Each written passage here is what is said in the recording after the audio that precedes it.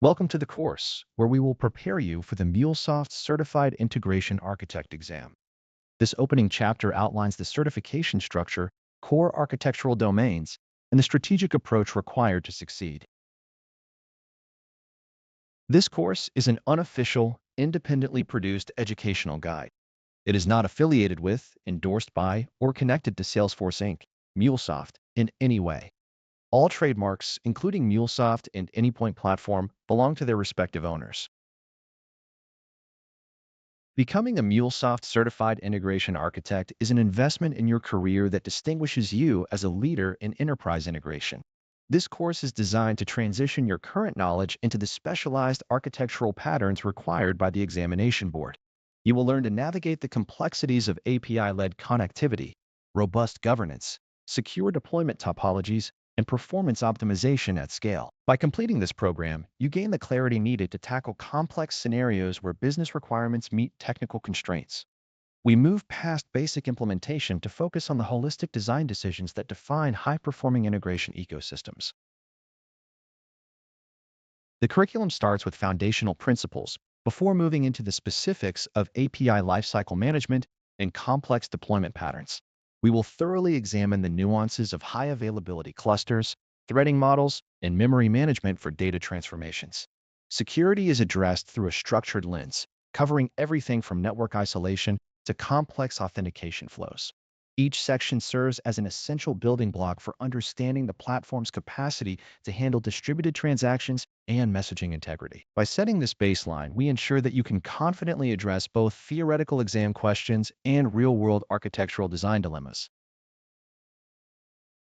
The exam blueprint demands more than just product familiarity. It requires a deep understanding of architectural trade-offs.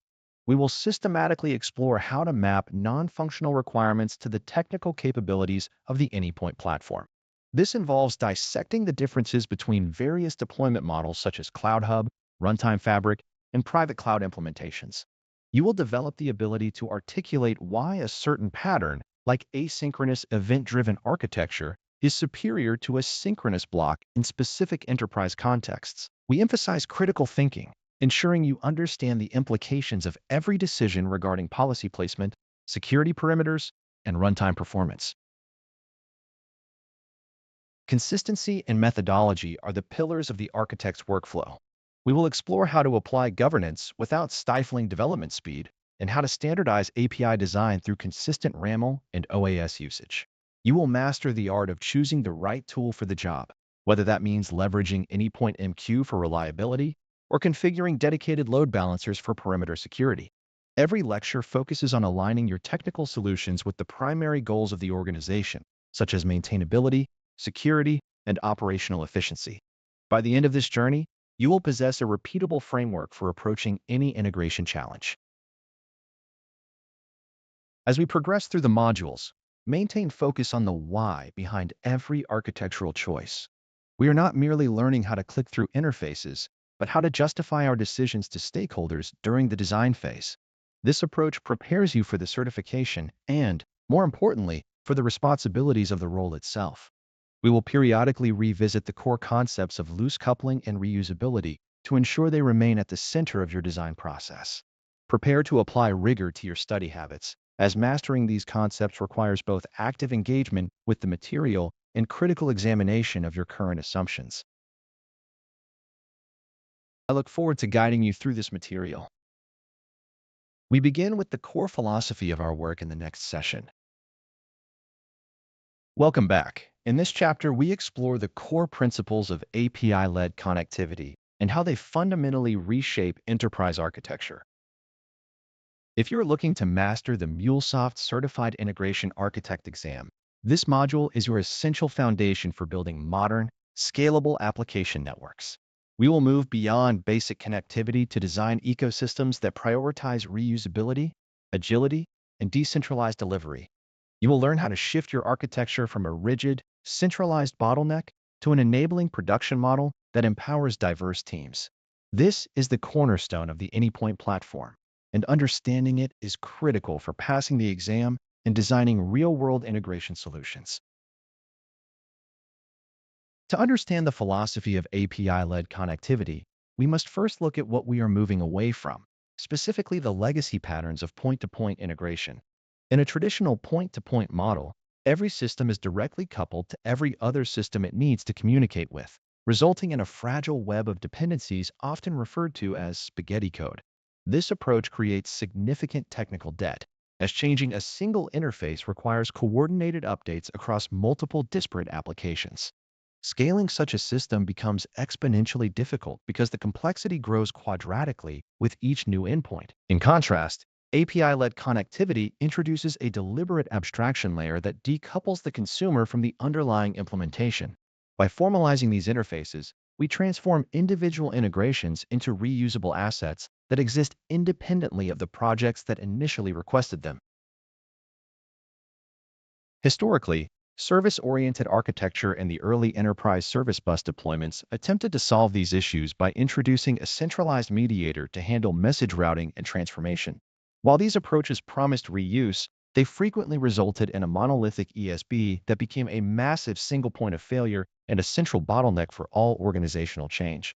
Because the business logic and orchestration were often tightly bound to the central bus, the IT department became a queue-based delivery unit that could not keep pace with the business. API-led connectivity deviates from this by emphasizing decentralized governance and distributed ownership of services.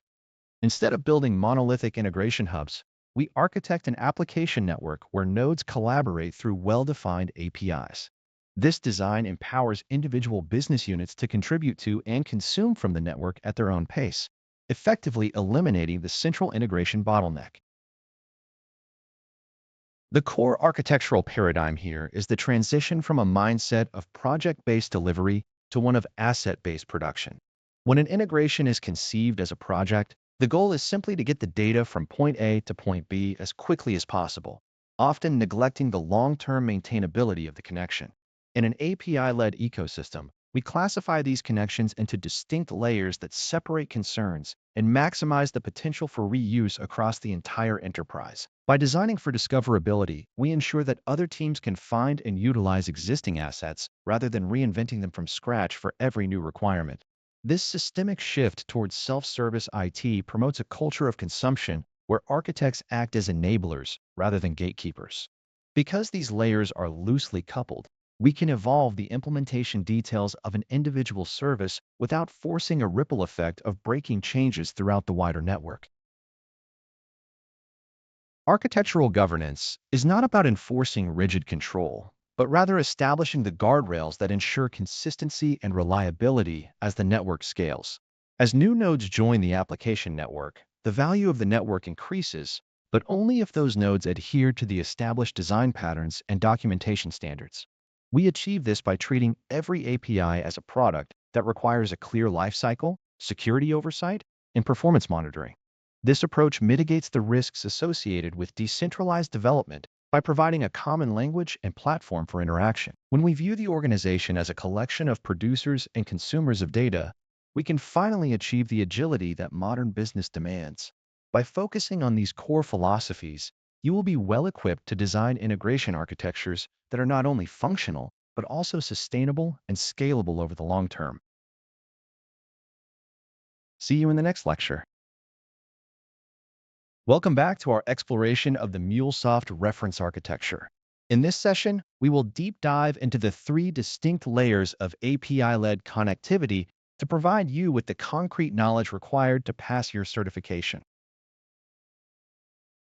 The primary value of the system API layer lies in its ability to shield the rest of your organization from the volatile nature of core systems. Think of a system API as a stable wrapper around a system of record, such as a legacy ERP, a complex CRM instance, or a specialized database. Its core responsibility is to expose the underlying data in a canonical format, hiding the complexities of proprietary protocols, database schemas, or older connectivity requirements. By implementing these as the foundation, you ensure that when the underlying technology is upgraded or replaced, only the system API needs to change. This creates a valuable layer of abstraction that prevents breaking changes from cascading into your business logic. When you design these interfaces, your goal is to provide reliable, reusable access to raw data assets without embedding any business context into the implementation.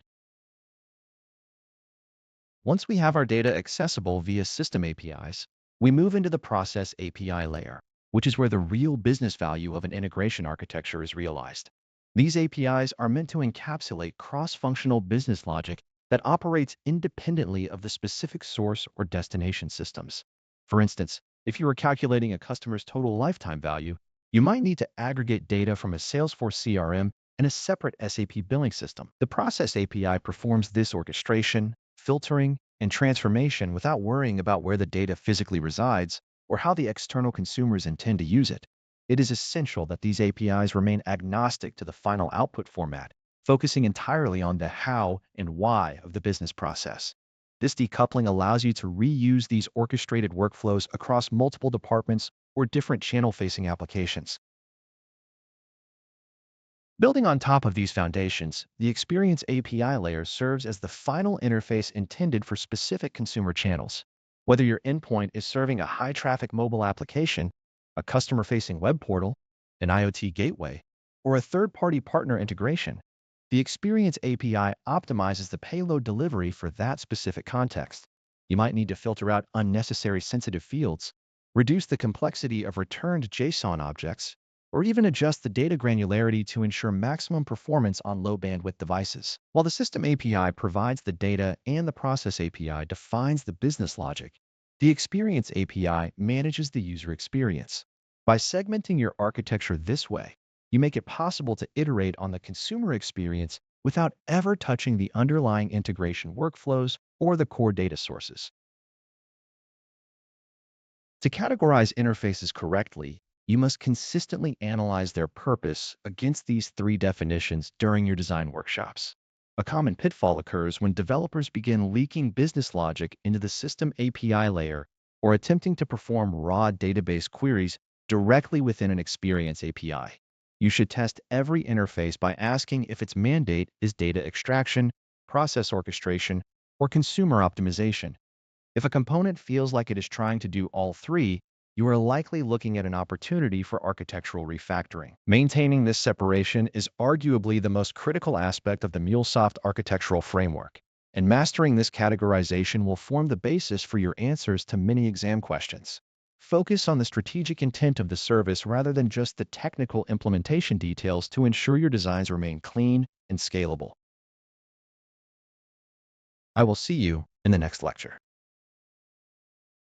Welcome back. Today, we will examine the structural and technical anatomy of the Anypoint platform to understand how its various control plane components orchestrate the integration lifecycle. The architecture of the Anypoint platform is fundamentally divided into the control plane and the runtime plane, a separation that is critical for any architect to model correctly. The control plane acts as the central brain, hosting management tools such as Design Center, Anypoint Exchange, and the various components of the management center. When you design an API specification in Design Center using RAML or OAS, that metadata is stored within the control plane's repository, providing a single source of truth for your organization. Anypoint Exchange serves as the centralized catalog where these design specifications, connectors, and templates are discovered and consumed, enabling the reuse that sits at the heart of the API-led connectivity model. By decoupling the management of these assets from the physical execution, the platform provides a consistent interface regardless of where the actual integration logic runs.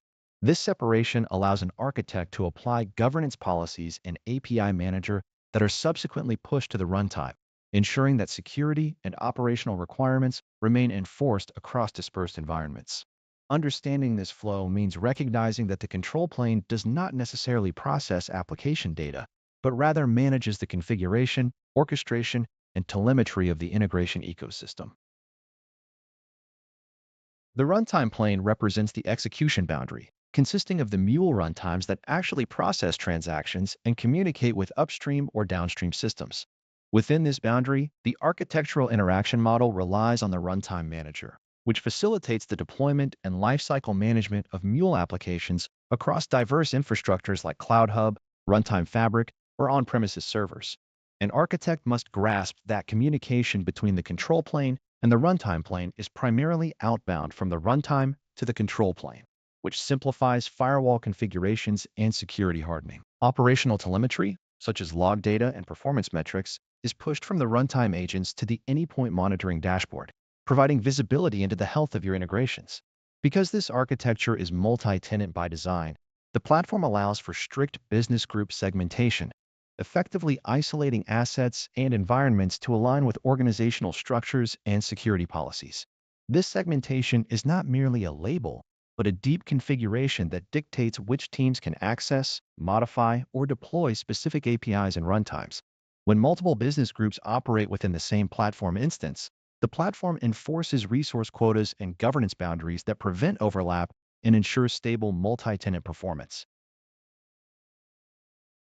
Mastering these interaction models is essential for evaluating platform capabilities during the feasibility and planning phases of an integration project. As an architect, your objective is to ensure that the deployment topology you select correctly maps to the requirements of your workload, whether that requires the managed convenience of the cloud or the specific network isolation of a private runtime installation. Metadata flow is the silent engine of this ecosystem. Changes made to an API definition in Design Center or a policy update in API Manager propagate to the runtime plane through the polling mechanism of the Mule runtime agent. This means that if you are designing a high-load system, you must account for the latency and overhead introduced by this eventual consistency model in policy management. Furthermore, the ability to store analytical metrics in the control plane does not automatically guarantee full observability. Architects must proactively define logging strategies and alerting thresholds within the management center to translate raw telemetry into actionable operational intelligence. Your role is to build a cohesive map where development lifecycle flows, from initial design to production deployment, are standardized through these platform interfaces. By properly leveraging these architectural anchors, you prevent the emergence of shadow IT and ensure that the platform serves as a repeatable, scalable utility for the entire enterprise. See you in the next lecture. Welcome back. In this session, we will explore the systematic process of gathering non-functional requirements to ensure our integration architectures are robust, scalable, and fully compliant with enterprise standards. When we speak of non-functional requirements, we are moving beyond the functional concerns of what an integration does and into the realm of how it performs under stress and within specific constraints. Too often, stakeholders express these requirements as vague desires for speed or stability, which are inherently unmeasurable and problematic to implement. As an architect, your role is to translate these subjective goals into concrete, quantitative metrics that become the foundation of your design. You need to push past the surface level to determine specific throughput limits, such as the maximum number of transactions per second a system must handle during peak hours. This process involves interviewing business owners and technical leads to establish clear latency thresholds that define acceptable user experiences for downstream consumers. Without these explicit numbers, sizing your initial vCore allocation or determining the appropriate hardware provisioning for self-managed runtimes becomes a guessing game that almost always results in production capacity failures. Availability and elasticity represent two pillars that significantly dictate the underlying deployment topology of your MuleSoft environment. You must document strict uptime targets, often expressed as a percentage of service-level agreements, which directly influence your choice between Cloud Hub, Runtime Fabric, or customer-hosted standalone runtimes. If a stakeholder requires high availability, your design must pivot to handle node failures gracefully, potentially requiring clustering and distributed messaging patterns. Elasticity requirements inform your scaling strategy, forcing you to consider whether vertical scaling or horizontal scaling combined with automated load balancing is appropriate. You must document the bounds of this scalability so that the infrastructure can sustain production loads without incurring excessive, unnecessary costs. Documenting these bounds early allows you to build a cost model that aligns your architectural choices with the organization's budgetary realities. Data residency and security parameters are not merely secondary checklist items. They are foundational constraints that dictate where your integration artifacts live and how they communicate. You must interface with compliance and information security teams to understand where data is allowed to reside and which encryption standards must be enforced both in transit and at rest. These requirements often introduce architectural friction, requiring you to implement specific network isolation strategies, such as VPC peering, dedicated load balancers, or mutual TLS configurations. If your integration crosses geographic borders, you might find that certain regions are legally restricted from hosting specific types of sensitive information, necessitating a multi-region deployment approach. Capturing these constraints early prevents expensive design retrofits later in the project lifecycle. By articulating these security and residency needs as clear engineering specifications, you gain the ability to evaluate potential design options against a rigid set of compliance requirements rather than simple preference. Ultimately, a poorly defined set of non-functional requirements is the most direct path to production instability and platform misalignment. You should treat every constraint as a variable in your capacity equation, where changing one input, such as payload size or concurrency, ripples through your transformation performance and thread pool tuning strategies. When you quantify these requirements, you provide the team with a yardstick to measure technical debt and performance bottlenecks before they manifest as critical incidents. This systematic gathering process is not just about documentation. It is about building the architectural blueprint that validates the feasibility of the entire system before the first line of DataWeave code is written. By focusing on metrics such as latency, throughput, availability, and compliance, you align the technical architecture with the specific business outcomes the project intends to deliver. This is the hallmark of a successful architect who considers both the software logic and the physical realities of the environment hosting that logic. I look forward to discussing the next topic when you are ready. Welcome back. In this chapter, we will explore the critical discipline of defining integration boundaries and contexts to ensure your MuleSoft architecture remains modular and maintainable. When we approach complex enterprise landscapes, the primary risk is the silent emergence of a distributed monolith. This occurs when boundaries between systems are poorly defined, leading to tight coupling where every minor change in one domain triggers cascading failures across several others. To prevent this, an architect must treat the definition of integration boundaries as a formal design activity rather than an afterthought. We begin by isolating domain models, which is the practice of ensuring that data entities carry specific, limited meanings within their respective scopes. For example, a customer record in your CRM system has an entirely different lifecycle, validation logic, and set of required fields compared to the customer representation inside a billing gateway. By explicitly refusing to leak the CRM's data structure into the billing domain, we maintain a clean separation of concerns and reduce the cognitive load on developers who need to understand these interfaces later. Establishing explicit data ownership is the next logical step in this architectural process. You must decide which system acts as the source of truth for every critical data element, distinguishing clearly between a master record and a replica cache. When a legacy system is involved, it often claims ownership of record creation, while a modern microservice might be responsible for high-speed read operations via a cache. If you fail to map these mutations correctly, you will inevitably face data integrity issues that are notoriously difficult to debug in asynchronous environments. An integration architect needs to draw strict lines regarding where validation logic resides because logic that is duplicated across systems is logic that eventually becomes inconsistent.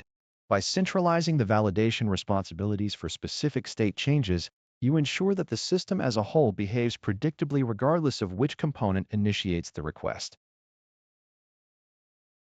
Mapping complex multi-system landscapes requires a visual or descriptive approach to application scoping.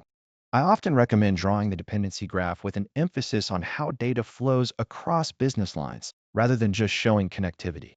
Each interaction should be scrutinized to see if it crosses an organizational or functional boundary, and if it does, it should be wrapped in an appropriate API layer to act as the traffic controller. This prevents an ecosystem where every platform service is directly wired to every other service, forming a web of dependencies that is impossible to upgrade or replace safely. You must constantly ask whether an integration flow is adding value by abstracting complexity, or if it is merely shuffling bytes without a clear ownership model. When you design with these clear delineations, you facilitate parallel development because teams can evolve their internal services without coordinating every single change with their neighbors. Operational duties must also follow these boundaries to prevent the blame game during high-volume data exchanges. If a service boundary is undefined, finding the root cause of a latency spike or a data corruption error becomes an exercise in frustration. By establishing that a certain integration proxy owns the transformation and the routing logic, you create a dedicated point of monitoring and control. This makes it possible to implement circuit breakers, logging, and metrics at the boundary itself, rather than trying to instrument the internals of legacy endpoints that might not support modern observability patterns. As you look at the wider architecture, remember that your goal is to delegate responsibility to the most qualified component within its defined scope. This strategy ensures that your MuleSoft implementation is not just a collection of APIs, but a structured, robust ecosystem that supports the scaling needs of the business. See you in the next session. Welcome to this chapter regarding the strategic evaluation of synchronous and asynchronous communication patterns. We will explore how these architectural choices influence the coupling, scalability, and overall resilience of your integration solutions. In the world of distributed systems, the choice between synchronous and asynchronous communication is rarely a matter of personal preference, but rather a consequence of the required system behavior. When we implement a synchronous pattern using protocols like HTTP or gRPC, we are essentially establishing a temporal coupling between the consumer and the producer. From the consumer's perspective, the request is a blocking operation. The thread typically waits for the downstream system to respond, which directly ties resource utilization to latency. During periods of heavy traffic, this immediate feedback loop can lead to thread exhaustion within our Mule runtimes, causing a cascade of failures if the downstream systems struggle to keep up with the load. While synchronous communication is perfectly suited for scenarios requiring immediate confirmation or real-time data retrieval, it inherently creates a rigid dependency where the availability of the entire chain depends on the availability of every individual link. Conversely, asynchronous patterns, such as those implemented with Anypoint MQ or external message brokers, offer a fundamental shift by introducing a buffer between components. By decoupling the message sender from the receiver, we gain the ability to manage traffic spikes through queuing, effectively smoothing out the demand on downstream resources. This model shifts the architectural focus from immediate transaction completion to reliable message delivery, which significantly improves the overall fault tolerance of the application network. Because the producer no longer waits for the consumer to finish processing, the system can achieve greater elasticity and higher throughput during peak volumes. However, this gain comes at the cost of complexity in areas such as transaction management and eventual consistency, which requires us to design our error handling strategies with a much more nuanced perspective on state.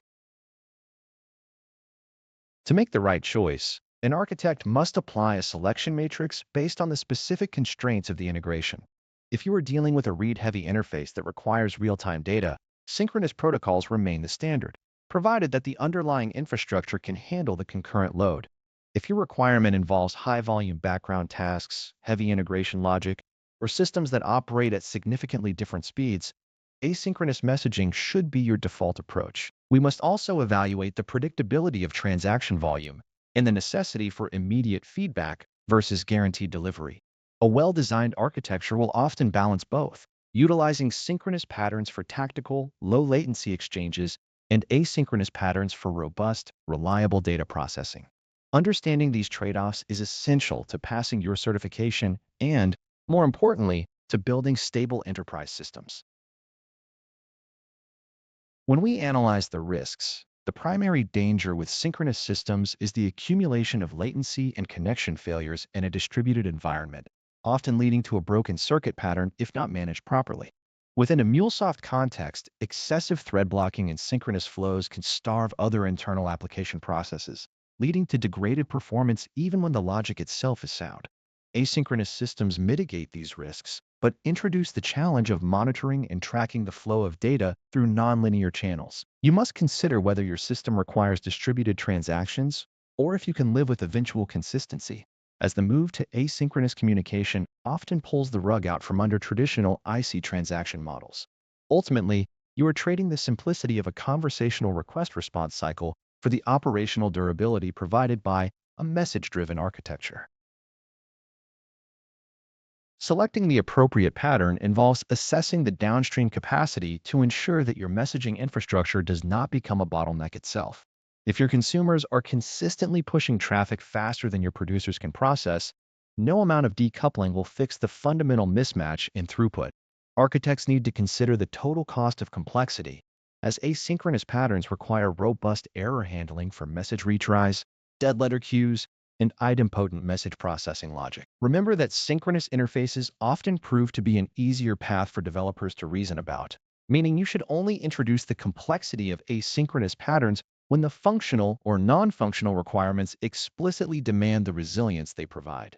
By mapping your specific performance goals and traffic profiles against these trade-offs, you can create a sound foundation for any integration architecture. See you in the next lecture. Welcome back. Today we turn our attention to the foundational craft of designing API specifications using RAML and OAS to ensure architectural consistency. In this lesson, we will explore how to build modular, maintainable contracts that serve as the single source of truth for your entire integration ecosystem. When we approach API design, we must view the specification not merely as a documentation artifact, but as a formal contract that binds the provider and the consumer. The choice between RAML and OAS often depends on your existing tooling and ecosystem preferences, but both languages share the core objective of decoupling the interface definition from the underlying implementation. By leveraging RAML's object-oriented approach, we can define reusable fragments such as data types, traits, and resource types that enforce uniformity across hundreds of different services. This modularity is not just a stylistic preference. It is a critical strategy for reducing technical debt and minimizing the human error associated with manually copying and pasting endpoint definitions. When you define a complex data structure once as a reusable library and import it through a standardized reference, you ensure that every update propagates correctly across the enterprise. This approach allows developers to focus on the business logic inside the Mule application, trusting that the interface contract remains stable and predictable. Effective design requires a disciplined use of traits and resource types to handle cross-cutting concerns like pagination, error responses, and audit headers consistently. For example, by abstracting standard 400 or 500 error responses into a shared trait, you ensure that every API produced by your team adheres to the same error handling signature. This consistency is essential for client self-service, as it allows external consumers to build robust error handling logic once and apply it universally across your entire suite of APIs. Beyond simple structure, we must also consider the role of custom annotations and external security schemes within our specifications. Annotations allow us to imbue our contract with metadata that can be parsed by external automated tools for policy enforcement or documentation generation. Integrating security schemes like OAuth 2.0 or client ID enforcement directly into the spec provides developers with immediate clarity on which credentials are required to interact with a given resource. Once a specification is authored, it must survive the reality of a distributed development environment, which brings us to the necessity of structural compliance and automated verification. As an architect, you should implement build time checks that parse specifications against a defined set of best practices or organizational standards. Tools capable of validating semantic correctness, ensuring that URI parameters, headers, and request bodies conform to your global naming conventions are invaluable for maintaining a coherent architectural surface area. By enforcing these checks in a continuous integration pipeline, you move the problem of API quality assurance to the design phase, where it is significantly cheaper to fix than during the runtime implementation. This shift-left mindset prevents configuration drift, where individual project teams might inadvertently deviate from the established company-wide standard. Ultimately, a well-defined specification acts as a blueprint that minimizes ambiguity, promotes developer velocity, and serves as an immutable record of what the integration interface promises to deliver to the network. Design carefully and verify your contracts before writing a single line of implementation code. I will see you in the following lesson. Hello and welcome back. In this chapter, we explore advanced architectural strategies for creating robust, consistent, and maintainable RESTful services within an enterprise ecosystem. Designing clear and intuitive URI paths is the cornerstone of a developer-friendly API. Resources should represent nouns in their plural form, such as users, orders, or products, to maintain a predictable structure across your service landscape. You must avoid verbs in your URIs, leaving the description of the action to the HTTP method. Path segments should follow a hierarchical structure that implies relationship, like users/orders, which clearly communicates the ownership of the resource being accessed. Always prefer hyphens over underscores or camel case in URI strings to ensure better readability and consistent URL encoding. Maintain a rigid consistency here, as developers rely on predictable patterns to infer the API structure without constantly consulting documentation. If you find yourself needing deep nesting beyond 3 levels, consider whether you have properly decoupled your resource relationships or if you are leaking internal database structures into your public interface. Adhering to correct HTTP verb usage ensures that your API semantics remain intuitive and predictable for consumers. A GET request must always be safe and idempotent, meaning it should fetch information without modifying the state of the server. Conversely, PUT is used for full resource updates, and its idempotency ensures that repeating the same request multiple times has no side effect beyond the initial change.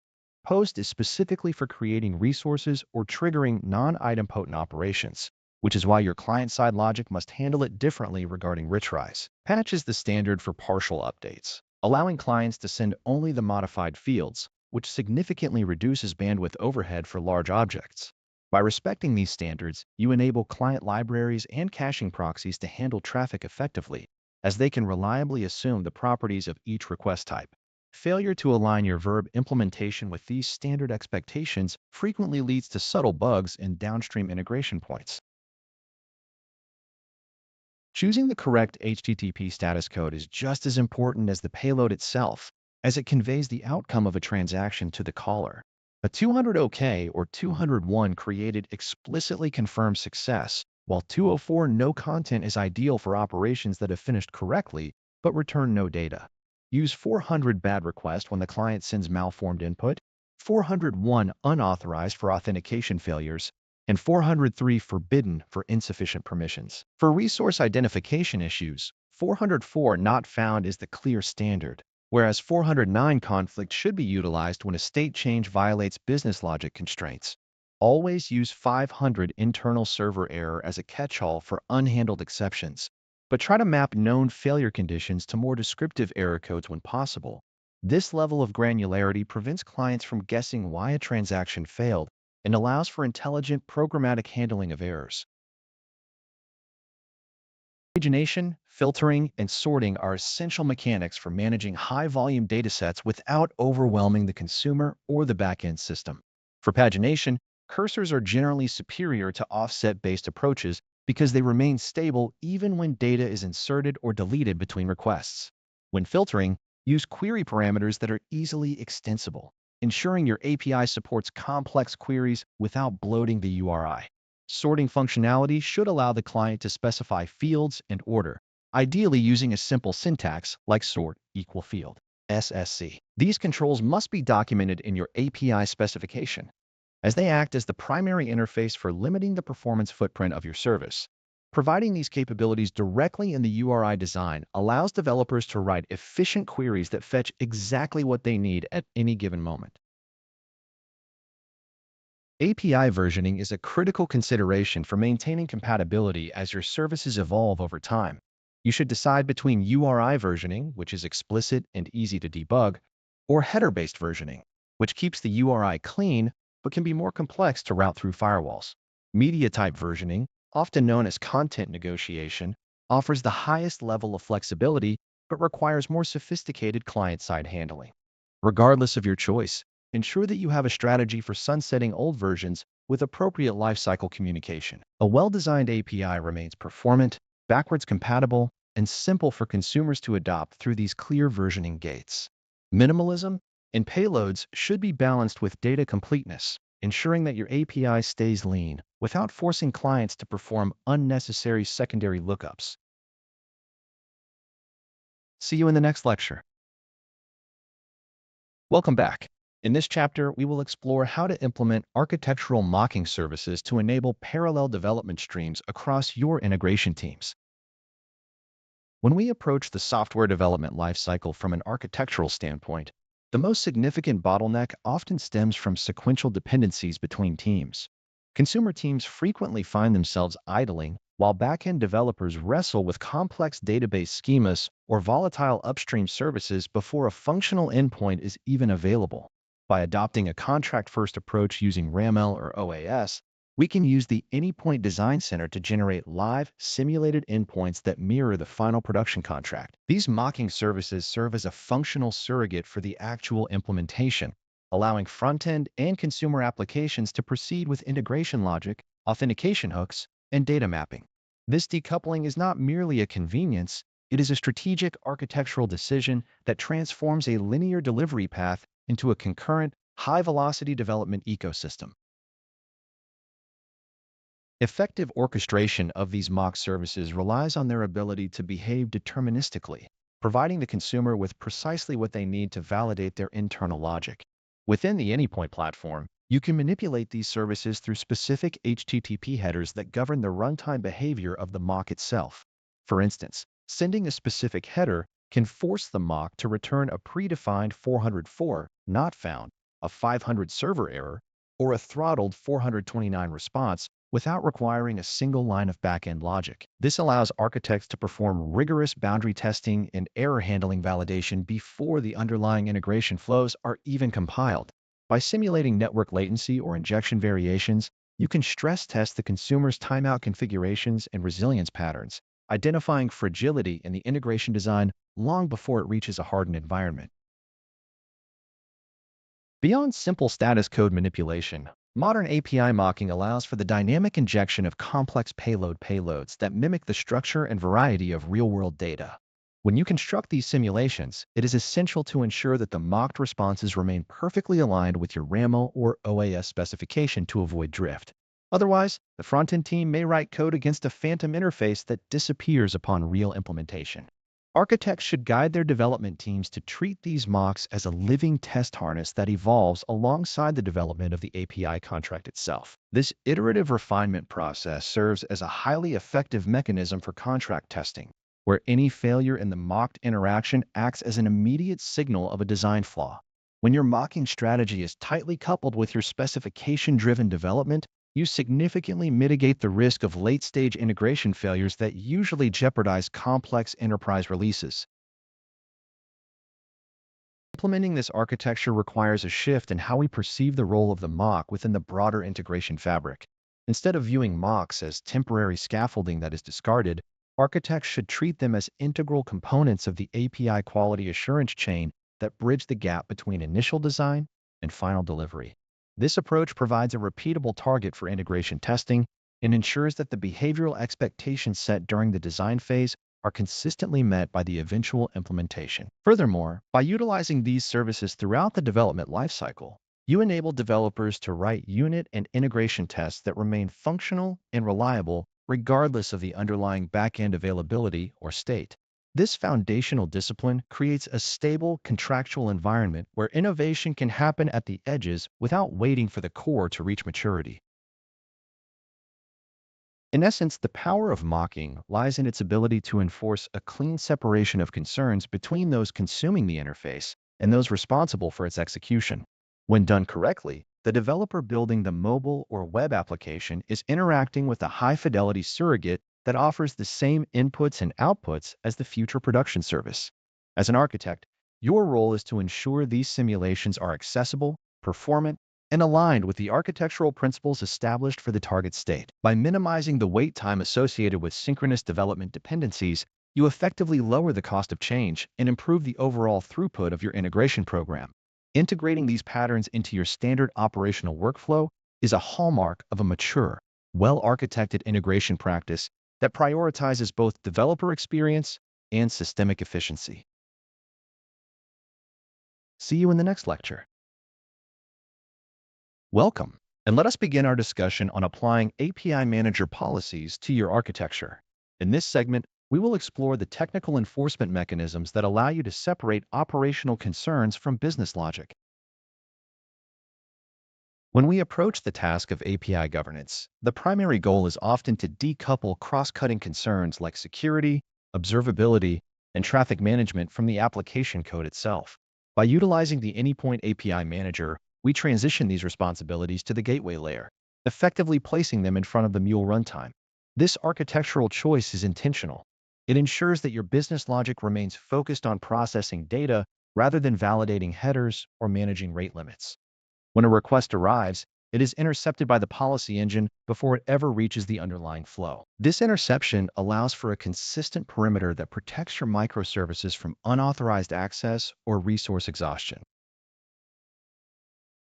Security policies like client ID enforcement act as the first line of defense, ensuring that only identified and registered applications can consume your services. Consider the client ID enforcement policy as a fundamental gating mechanism. Without a valid token, the gateway rejects the request at the edge, sparing your backend resources entirely.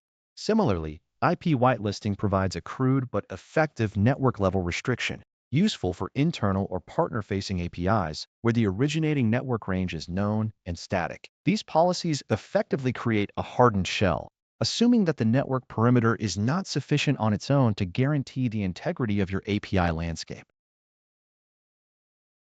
Beyond security, we must manage the structural integrity of our traffic using policies like payload size validation and cross-origin resource sharing, or CORS.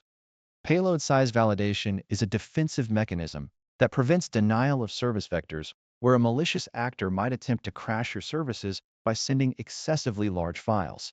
By enforcing this limit at the policy layer, we prevent the JVM from allocating massive heap chunks to store payloads that will inevitably be rejected anyway. CORS, on the other hand, is a browser-level security feature that allows you to manage which domains are permitted to interact with your APIs from client-side scripts. Managing these headers via API Manager rather than in the Mule application ensures that your configuration is centralized and auditable across your entire enterprise deployment.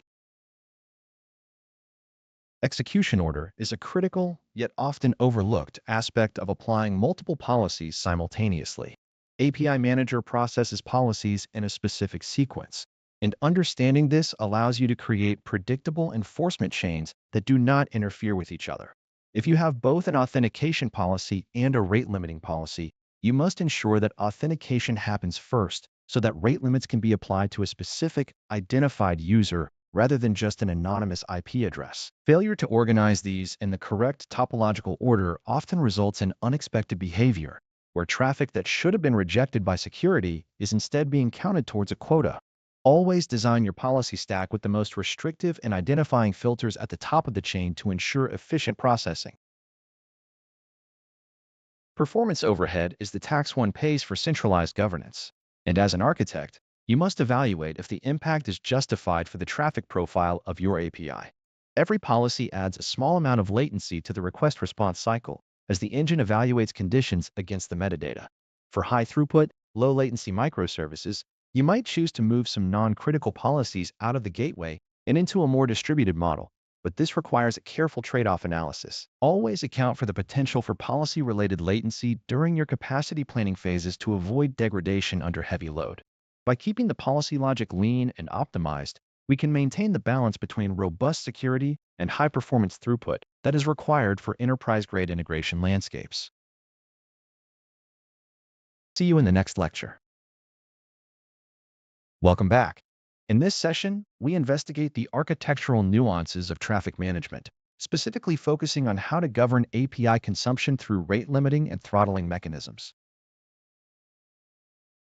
When we design distributed systems, we must acknowledge that backend resources are finite and therefore inherently susceptible to exhaustion under high concurrency. Rate limiting is our primary architectural lever to enforce consumption quotas at the application level, ensuring that no single consumer monopolizes the available throughput. Anypoint Platform offers two distinct approaches: standard rate limiting and SLA-based rate limiting. A standard rate limiting policy applies a uniform constraint across all requests, whereas SLA-based policies allow for a tiered model. By defining different service-level agreements, an architect can offer premium access to specific partners while restricting others, effectively aligning technical constraints with business value. This tiering relies on the Anypoint Platform's ability to associate a specific client application with a contract, which then dictates the exact quota permitted within a defined time window. The mechanism by which these policies track request counts depends heavily on the deployment environment and the desired consistency model. In a single worker deployment, tracking can be handled efficiently within the internal memory of the Mule runtime. However, real-world distributed architectures often involve multiple workers spanning several clusters, which necessitates a more robust approach. Here, the platform utilizes the object store to maintain a shared state across these distributed nodes. When a request hits a specific worker, the policy checks the aggregate count stored in the object store to determine if the limit has been reached. While this introduces a slight latency overhead due to the network hop to the object store, it provides the necessary centralized authority to ensure that quotas are respected globally across the entire cluster.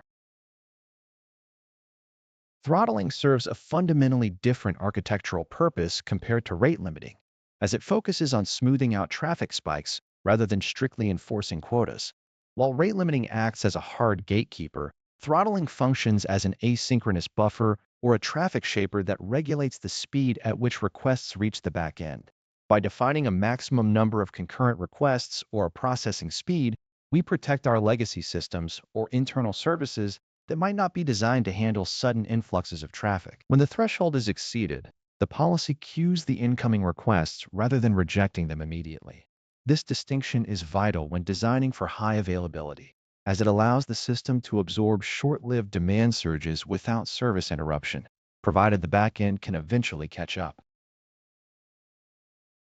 Effective design requires the architect to configure the temporal nature of these limits, choosing between fixed and sliding windows. A fixed window resets the counter at specific intervals, which can sometimes lead to traffic bursts occurring exactly at the boundary of two windows. A sliding window, by contrast, provides a more granular and equitable distribution of traffic over time, preventing artificial spikes. Furthermore, when these limits are hit, it is an architectural imperative to provide clear feedback to the client via HTTP status code 429. This response should ideally include a retry after header, informing the consumer of the delay before they can reattempt their request. Providing this metadata allows client-side code to implement intelligent backoff strategies, further reducing unnecessary load on our infrastructure and promoting a more stable overall ecosystem. Beyond technical configuration, the architect must also consider the operational lifecycle defined by contract approval workflows. By requiring manual or automated approval for specific tiers, organizations can enforce governance over who consumes their APIs and at what density.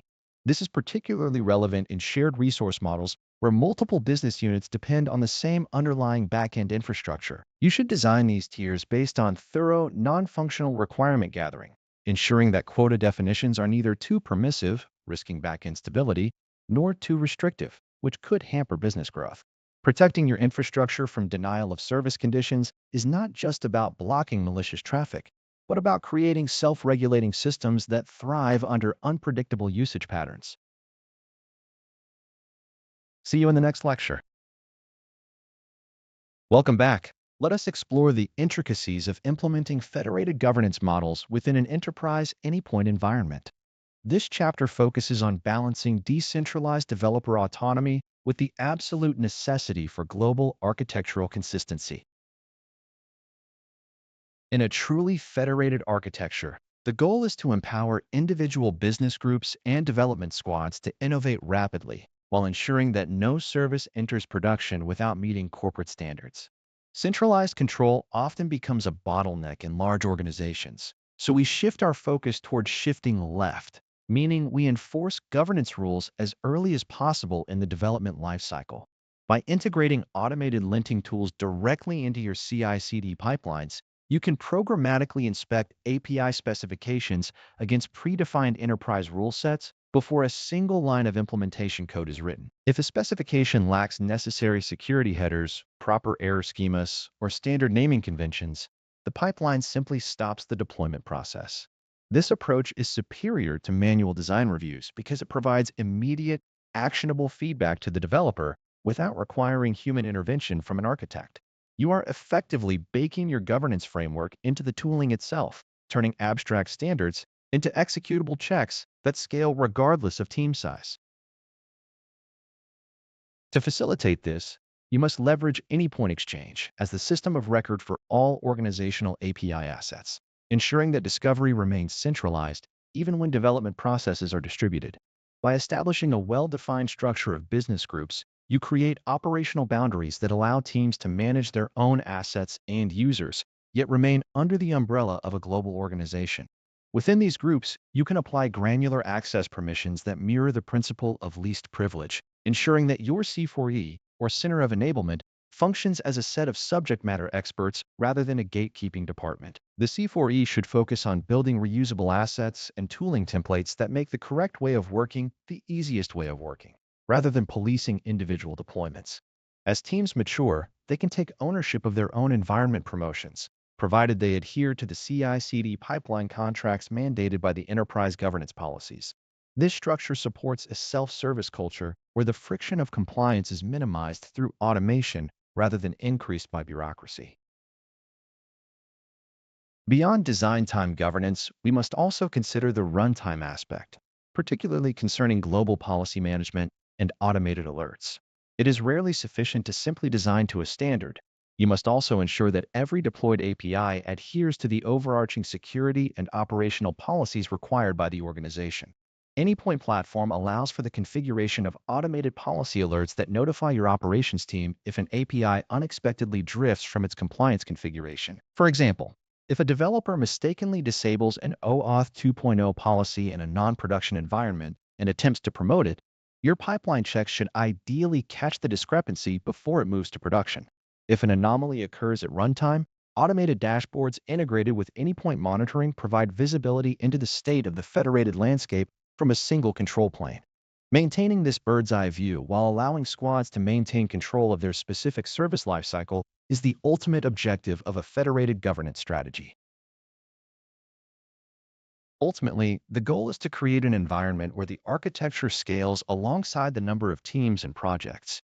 By separating the definition of policies from the execution of those policies, you ensure that your standards evolve without requiring a total refactoring of existing applications. Think of it as a contract. The enterprise provides the guardrails through automated tooling and standardized templates, and the teams provide the business value by iterating within those guardrails. This duality is what enables massive global organizations to remain agile and robust simultaneously. As you configure your multi-tenant environments, keep your focus on creating clear logical grouping, consistent tagging strategies in Exchange, and automated quality gates that operate without human intervention. This setup is the bedrock of a scalable integration strategy that avoids the common pitfalls of silos and shadow IT. I look forward to discussing the next topic with you in our upcoming session. Welcome to the section on deployment topologies, where we start by examining the mechanics of CloudHub as a managed platform-as-a-service environment. In this chapter, we will dissect how architectural choices in the cloud directly impact your integration reliability and scale. CloudHub operates as a multi-tenant platform as a service, fundamentally built upon the infrastructure of AWS, yet abstracted away from the complexity usually associated with cloud provisioning. At the core of this environment is the CloudHub Fabric layer, which acts as the orchestration engine responsible for abstracting the underlying EC2 instances into manageable worker instances. When you deploy a Mule application to CloudHub, you are not merely pushing code to a server. You are requesting the allocation of a specific runtime footprint that enforces logical isolation between your application and others residing on the same physical hardware. Every worker operates within its own JVM, ensuring that no single application can consume the entire memory or CPU resources allocated to a physical machine. This isolation is granular and strictly enforced, which is why understanding the relationship between vCores and hardware performance is the first task for any architect working within this ecosystem. The concept of the vCore is the unit of measure for both performance and cost, representing a specific fraction of a CPU thread combined with a proportional amount of memory. A fractional vCore, such as 0.1 or 0.2, provides a reduced allowance for processing power and heat memory, which is ideal for lightweight integration tasks or API proxies that do not require heavy computation. As you scale to 1 vCore and beyond, the memory footprint increases linearly, following a model where 1 vCore typically equates to 4 gigabytes of memory. though these ratios can be adjusted by the platform depending on the specific runtime version you select. Choosing an appropriate vCore size necessitates a deep understanding of your average and peak utilization patterns, as incorrectly dimensioned workers lead to either underutilized hardware or performance bottlenecks under load. It is a common mistake to assume that simply increasing the number of workers will resolve a bottleneck that is actually caused by an inefficient memory footprint within a single worker instance. Persistent storage in a Cloud Hub environment presents unique challenges because workers are designed to be ephemeral units of execution. When a worker restarts, any data written to the local/tmp directory or local file system is wiped, effectively returning the instance to its pristine, pre-configured state.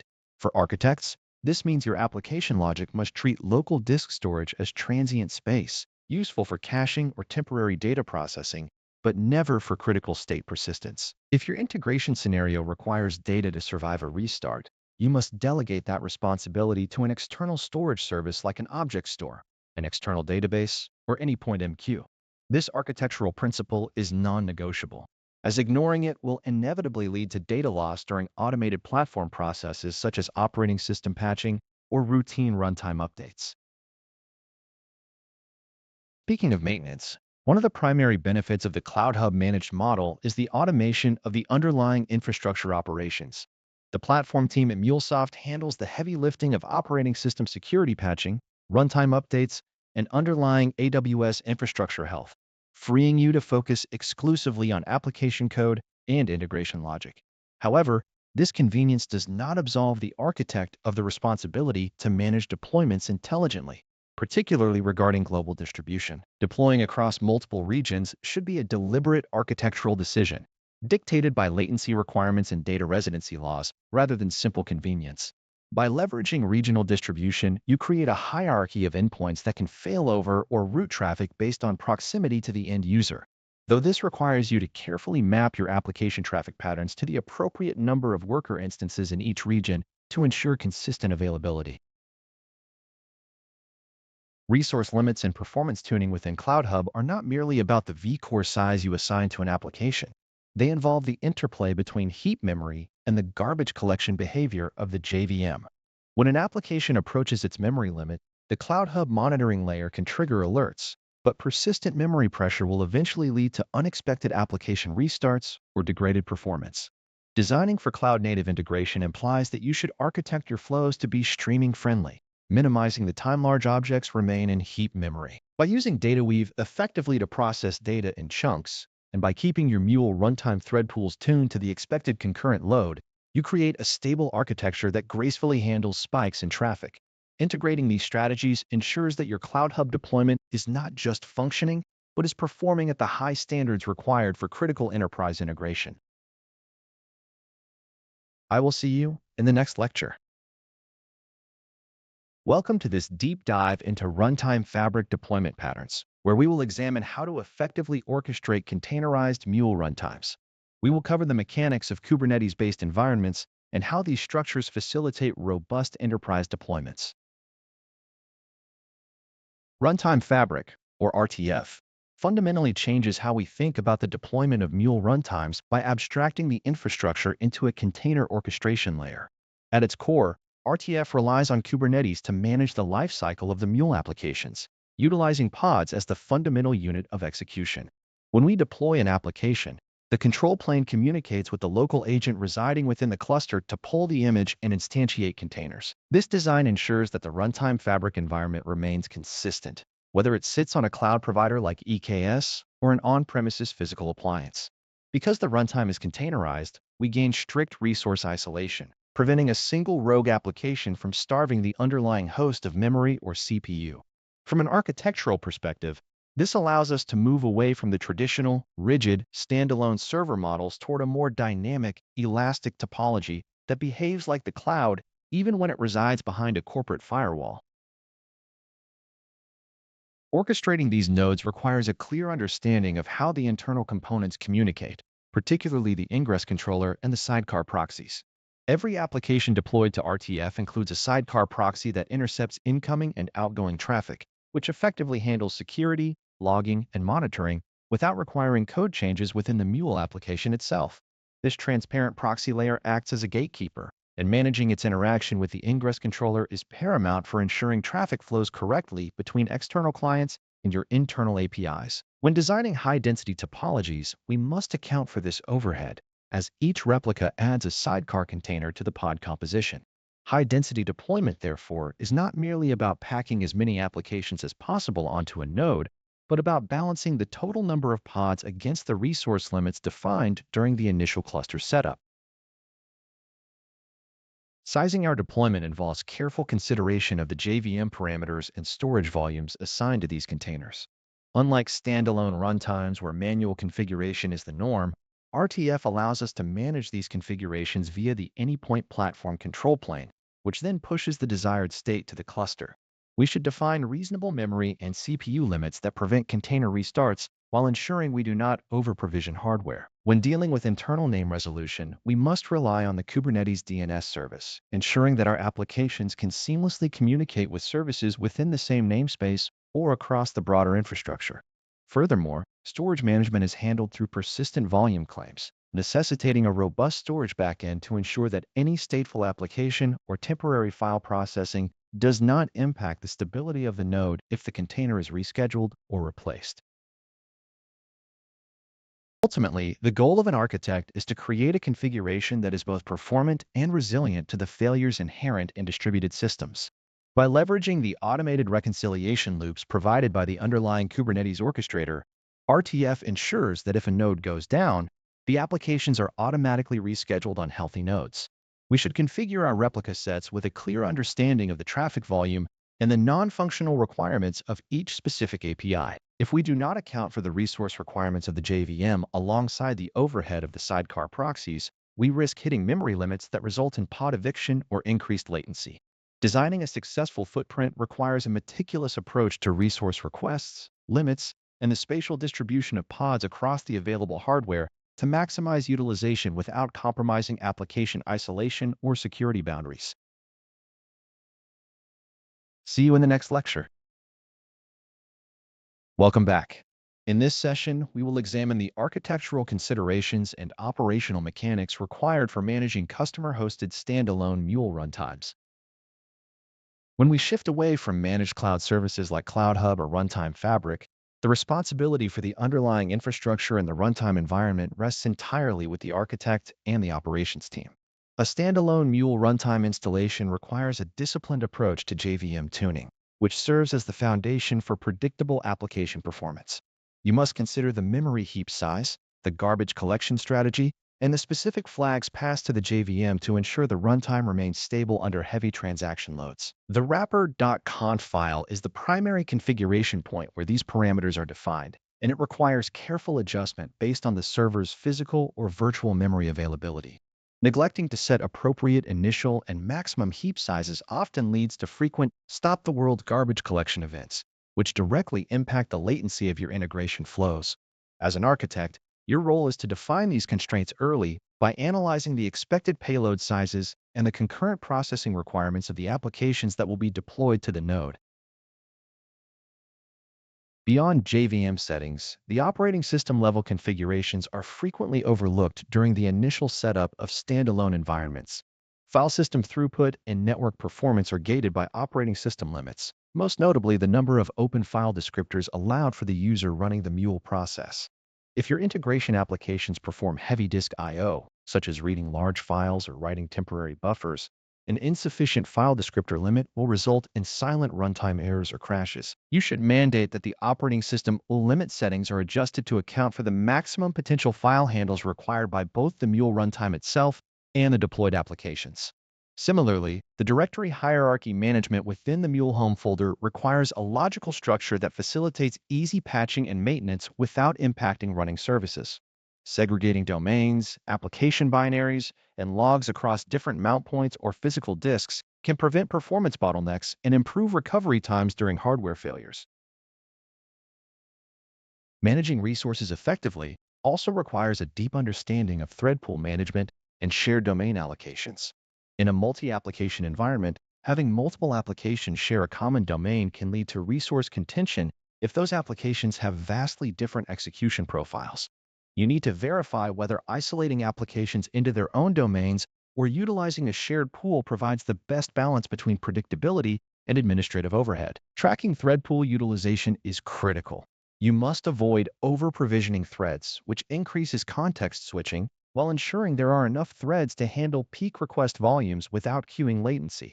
Always monitor your thread pool allocations against the actual throughput demand, and ensure your architectural design accounts for the specific memory footprint of these threads. Manual patching procedures must be formalized, ensuring that individual runtimes are kept up to date with security fixes without causing unintended downtime for business-critical integrations. Externalized property management is the final pillar of a robust, standalone architecture. By decoupling configuration from the application code, you allow for more agile deployments across different environments, such as UAT or production, without requiring recompilation of your Mule artifacts. Utilize environment-specific configuration files stored outside of the application bundle to ensure sensitive details or infrastructure-specific endpoints remain abstracted from the logic. When running on bare metal, you must also be mindful of the underlying file system performance, as high-latency storage backends will negate the efficiency gains achieved by optimizing your Java code. By treating the standalone runtime setup as a product of your overall integration strategy, you ensure that the infrastructure supports, rather than hinders, the high-throughput requirements of the enterprise. You carry the burden of performance tuning in this model, so verify your assumptions through rigorous load testing before moving into a production capacity. I will see you in the next lesson. Welcome back. In this lecture, we examine the internal mechanics of Mule runtime clustering to understand how distributed nodes maintain state and coordinate activities. At the core of Mule runtime clustering lies an implementation of the Hazelcast distributed data grid, which acts as the backbone for internode communication and state synchronization. When you configure multiple Mule instances into a cluster, you are essentially establishing a peer-to-peer network where each node acknowledges the presence of others through a discovery protocol. This mechanism ensures that the runtime can manage distributed lock tables, which are critical for maintaining data integrity when multiple nodes attempt to access shared resources or object stores. By synchronizing these data structures, the cluster ensures that even if one node processes a message, the resulting state is shared and accessible to other members. This distributed memory architecture allows for horizontal scaling while preserving the illusion of a monolithic application state to the external clients interacting with your integration flows. Node discovery is arguably the most sensitive aspect of setting up a functional Mule cluster, especially when moving between different infrastructure models. In an on-premises or private data center environment, you often have a choice between multicast and unicast discovery protocols. Multicast is generally the easiest to configure, as it allows nodes to automatically detect each other, but it can be problematic in larger, restricted network environments where broadcast traffic is throttled or completely blocked by firewalls. Unicast, on the other hand, requires you to explicitly list the IP addresses or host names of the participating members, providing a more predictable and secure discovery mechanism that is better suited for production network topologies. In cloud environments like virtual private clouds, multicast is typically not supported, necessitating the use of unicast or cloud-specific discovery agents that bridge the networking gap between isolated instances. Designing for a clustered environment requires a disciplined approach to how your application manages memory and state, particularly concerning object stores.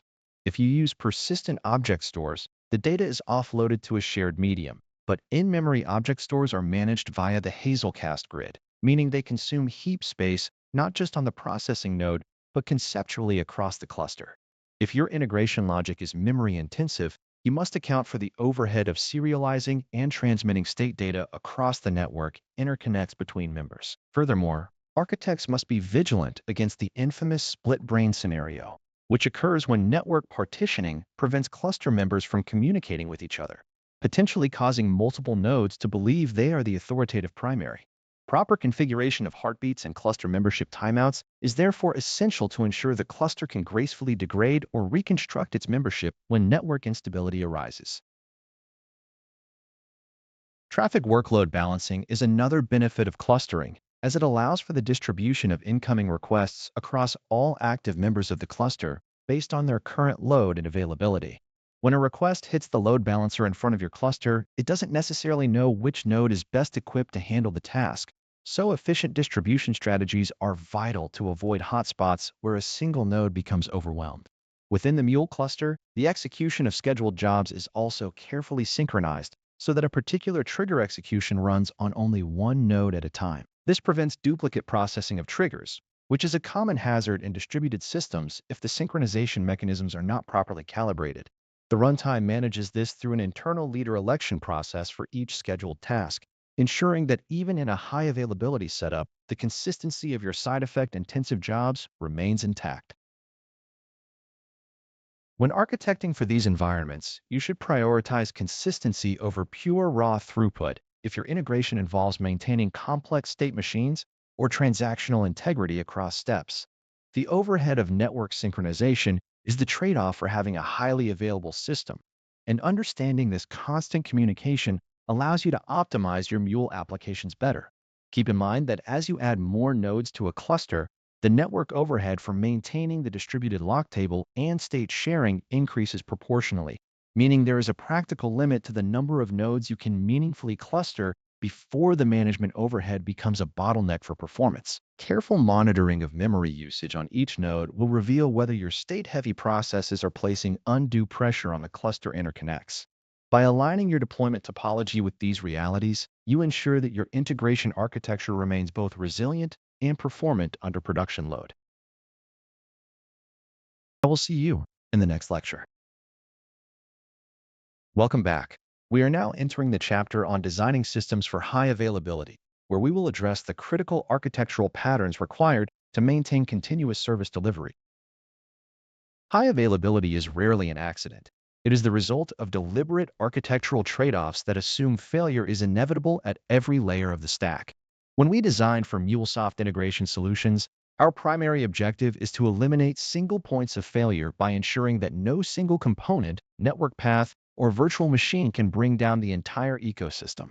At the cloud level, this involves leveraging the inherent multi-worker redundancy models provided by CloudHub or Runtime Fabric, where traffic is automatically distributed across separate availability zones. However, simply deploying multiple workers is insufficient if your underlying connectivity or database connections remain brittle.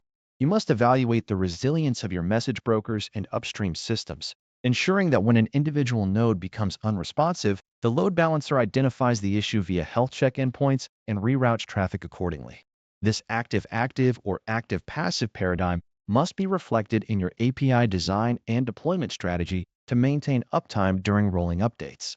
We are essentially building a system that treats the underlying infrastructure as ephemeral and unreliable, designing our integration logic to be self-healing and independently scalable.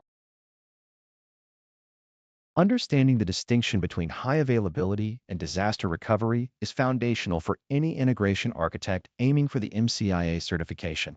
While high availability focuses on keeping your application running despite internal component failures within a region, disaster recovery addresses the catastrophic loss of an entire data center or geographic region. An effective high availability strategy often employs load balancing, clustering, and health monitoring to ensure consistent uptime, whereas disaster recovery involves data replication, cross-region failover procedures, and objective recovery time targets. For instance, in an active-active deployment, both instances of your Mule application process traffic simultaneously, providing immediate availability if one instance fails. However, this requires your back-end services and database connections to handle concurrent access without corruption. If you move towards an active-passive setup, you might reduce complexity and synchronization, but you incur a period of outage during the promotion of the standby instance. You must analyze the requirements of your stakeholders to determine whether the overhead of an active-active setup is justified by the business necessity of zero downtime operations. When we examine the architectural components involved in managing reliability, the load balancer is arguably the most central element in your high availability design. It acts as the gatekeeper, performing regular health checks to determine the eligibility of a specific runtime for incoming request traffic. If your Mule application is configured to report a healthy status only when all critical dependencies are reachable, The load balancer can effectively steer traffic away from a failing node before the client experiences a timeout. We must also consider the message ingestion layer, as traditional synchronous APIs remain vulnerable to back-end outages unless they are buffered by robust messaging queues like Anypoint MQ. By decoupling the API request from the long-running back-end processing, you create a buffer that allows the system to survive temporary spikes in traffic or short-term downstream unavailability without dropping critical business transactions. This architectural decoupling represents the bridge between mere connectivity and true system resilience. A significant challenge in high availability design for Mule integration is maintaining state consistency during failures. In a distributed environment, you cannot assume that a second request will land on the same worker as the first, meaning any transient state stored in memory will be lost during a failover or a deployment. Consequently, you must move stateful data into external caching mechanisms like object store v2 or a shared database, which themselves must be designed with high availability in mind. This shift towards stateless application design allows your workers to scale horizontally and fail gracefully, as any new worker can pick up the process by retrieving state from the durable store. While this introduces a slight latency penalty for I/O operations, it is a necessary trade-off for the level of reliability required by modern enterprise architectures.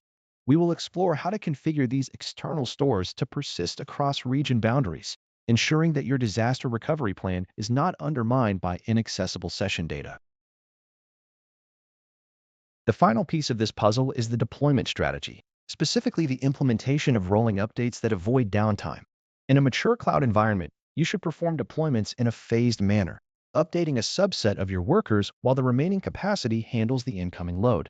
If a new version of the application exhibits errors or fails to pass its readiness probes, the deployment pipeline must be capable of automatically rolling back to the previous stable state without manual intervention. This level of automation is essential for operational stability, as it prevents human error from cascading into a global outage. By combining these deployment practices with rigorous monitoring of health check endpoints, you ensure that the system remains observable and responsive under changing conditions. You must always account for the network partitions that occur during heavy load, ensuring your timeouts and retry policies are tuned to differentiate between a slow system and a completely failed connection. We'll see you in the next lesson. Welcome back to the course, where today we will examine the mechanics of the Mule4 execution engine and how to manage runtime thread pools. Mule4 introduced a significant paradigm shift by moving away from the static, per-component threading models of the past toward a unified reactive execution engine. At the heart of this architecture lies the Uber thread pool, which replaces the classic approach of allocating specific threads to CEDA queues. By utilizing a reactive, non-blocking execution model, the runtime attempts to minimize the overhead associated with context switching and thread management. This is achieved by dynamically distributing tasks across various thread groups, specifically optimized for CPU-intensive, CPU-light, and I/O-intensive operations. When an event processor is triggered, the runtime intelligently decides which scheduler should handle the execution based on the nature of the task. This abstraction level allows the system to remain highly responsive even under significant load, as threads are not tied to a single component pipeline, but are instead shared across the entire application instance. Understanding the hardware interaction is essential for an architect, as the Mule runtime automatically calculates the size of its internal thread pools based on the number of available physical processor cores. The engine utilizes these heuristics to partition execution into disparate groups, ensuring that a blocking I/O operation performed by a connector does not starve the CPU of critical cycles needed for data transformation or orchestration. However, in environments with restricted operating system constraints or shared infrastructure, these default calculations may not always align with your specific workload profiles. You might observe scenarios where the runtime over-provisions or under-provisions, leading to inefficient resource utilization or latent performance bottlenecks. Monitoring these pools is critical. You must watch for patterns like thread saturation where all available threads in a specific category are waiting on external responses. If the runtime cannot allocate a thread to handle an incoming event, the result is back pressure, or, in extreme cases, the rejection of new requests. There are instances where the default dynamic self-configuration is insufficient, particularly when deploying complex, high-throughput streaming workloads that interact with heterogeneous systems. In such cases, you may need to explicitly influence thread allocation by adjusting configurations within the wrapper file or through specialized Log4j2 settings to fine-tune the thread pool behavior. This requires a diagnostic approach involving the analysis of thread dumps to correlate blocked states with specific message processors. By identifying which processor is holding up execution, you can determine if the solution lies in tuning the threading configuration or in restructuring the integration logic to eliminate blocking calls entirely. Ideally, the runtime should be optimized to facilitate non-blocking data flows, using DataWeave streaming capabilities to keep memory usage low while maximizing concurrent operations. When you encounter high latency, look first at whether your flow is inadvertently forcing a switch from the processing thread to a blocking worker thread, as this context switching is often the true source of performance degradation. Effective performance tuning involves a disciplined process of isolation and measurement, testing your configurations repeatedly under simulated production loads to ensure the stability of your thread allocation changes. Avoid the temptation to globally increase thread counts, as excessive concurrency can lead to memory pressure and increased garbage collection pauses, which often manifest as symptoms of thread starvation. Instead, focus on architecting your flows so that they are inherently reactive, allowing the Mule for Uber thread pool to perform its job without manual intervention. If you must adjust the runtime settings, do so incrementally and base your decisions on empirical evidence gathered from your performance testing tools. Maintaining a healthy application depends on the balance between processing capacity and hardware resource availability. Mastering this underlying engine ensures that your integration solutions are not only functional, but also capable of scaling horizontally and vertically across your infrastructure. I will see you in the next lecture. Welcome back. And today, we begin exploring the critical design aspects of efficient data routing within the MuleSoft ecosystem. This chapter focuses on how you manage control flow to maximize throughput while minimizing the architectural overhead that often plagues enterprise integrations. When we approach data routing, the goal is to decouple the source of the message from the specific execution paths required for transformation or enrichment. At a high level, routing is rarely just about sending a message from point A to point B. It is about managing concurrency, state, and reliability across disparate systems. The choice router acts as our primary mechanism for content-based routing, executing precisely one branch out of many based on Boolean expressions. From an architectural perspective, the efficiency here is derived from the order of your predicates, where the most likely path should be evaluated first to reduce unnecessary computation. However, simple branching can lead to cluttered flows if not contained within modular subflows or private flows, which preserve our ability to maintain the codebase as requirements inevitably evolve over time. Avoid the temptation to nest routers inside each other, as this creates tight coupling and makes the resulting execution paths difficult to debug or test in isolation. By keeping your branching logic lean and offloading the actual processing work to distinct modular units, you ensure that the application remains performant even under heavy message volume. The scatter-gather component introduces a more complex paradigm by enabling parallel processing across multiple branches. When you initiate a scatter-gather, the Mule runtime attempts to route the message to all configured routes concurrently, effectively utilizing the available thread pool to achieve faster total execution times. Architects must be mindful of how the component aggregates these results, as it waits for all routes to complete before returning a collection, often as a list of objects or a composite payload. If a single route fails, the entire component throws a composite routing exception, which necessitates a robust strategy for handling partial failures before they propagate into the global error handler. One critical architectural detail here involves thread allocation, as each route effectively consumes a thread from the runtime's pool. If you have an oversized configuration of routes relative to your deployment's thread capacity, you risk starving other parts of the application, leading to increased latency and potential bottlenecking. Always evaluate the trade-offs between parallelism and the contention it creates, ensuring that your concurrency strategies match the underlying hardware and runtime capabilities of your chosen deployment environment. Dynamic flow references offer a powerful way to handle routing that is determined at runtime rather than defined strictly at design time. While this approach provides significant flexibility for building pluggable architectures, it comes with a non-negligible cost in terms of complexity and potential performance overhead. Using a dynamic approach requires you to maintain a registry of execution logic, which can lead to unpredictable behavior if the dynamic identifiers are not validated against a strict schema or whitelist. From a memory footprint perspective, keeping complex conditional branching logic outside of the main flow execution path can save crucial heap space during high-throughput scenarios. When building these systems, focus on the lifecycle of the data payload as it traverses the routing logic, ensuring that large payloads are not unnecessarily copied or loaded into memory during the selection process. Efficient routing is often a balance between the speed of the message flow and the predictability of the error state. Therefore, every router must be backed by a clear strategy for logging and exception handling that accommodates the non-blocking nature of modern Mule applications. Architectural discipline in this domain is what separates a fragile integration from one that remains stable and performant under the stress of production traffic. I will see you in the next lecture.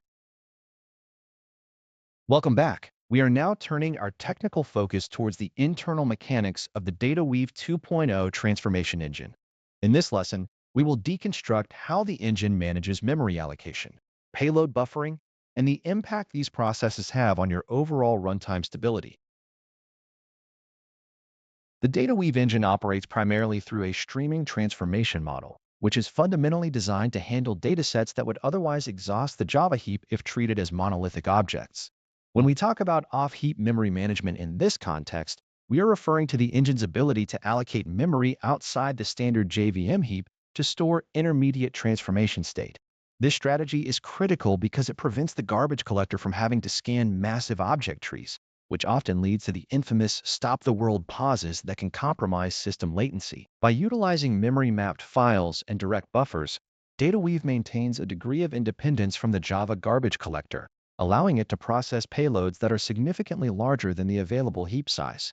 However, this flexibility requires that we, as architects, understand the thresholds at which the engine decides to transition from pure memory-based processing to disk-backed buffering.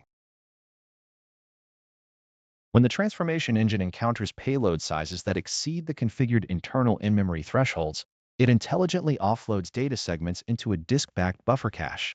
This mechanism is what allows a Mule application to process gigabytes of data on a runtime instance with a relatively modest heap configuration, provided the disk I/O latency remains within acceptable bounds.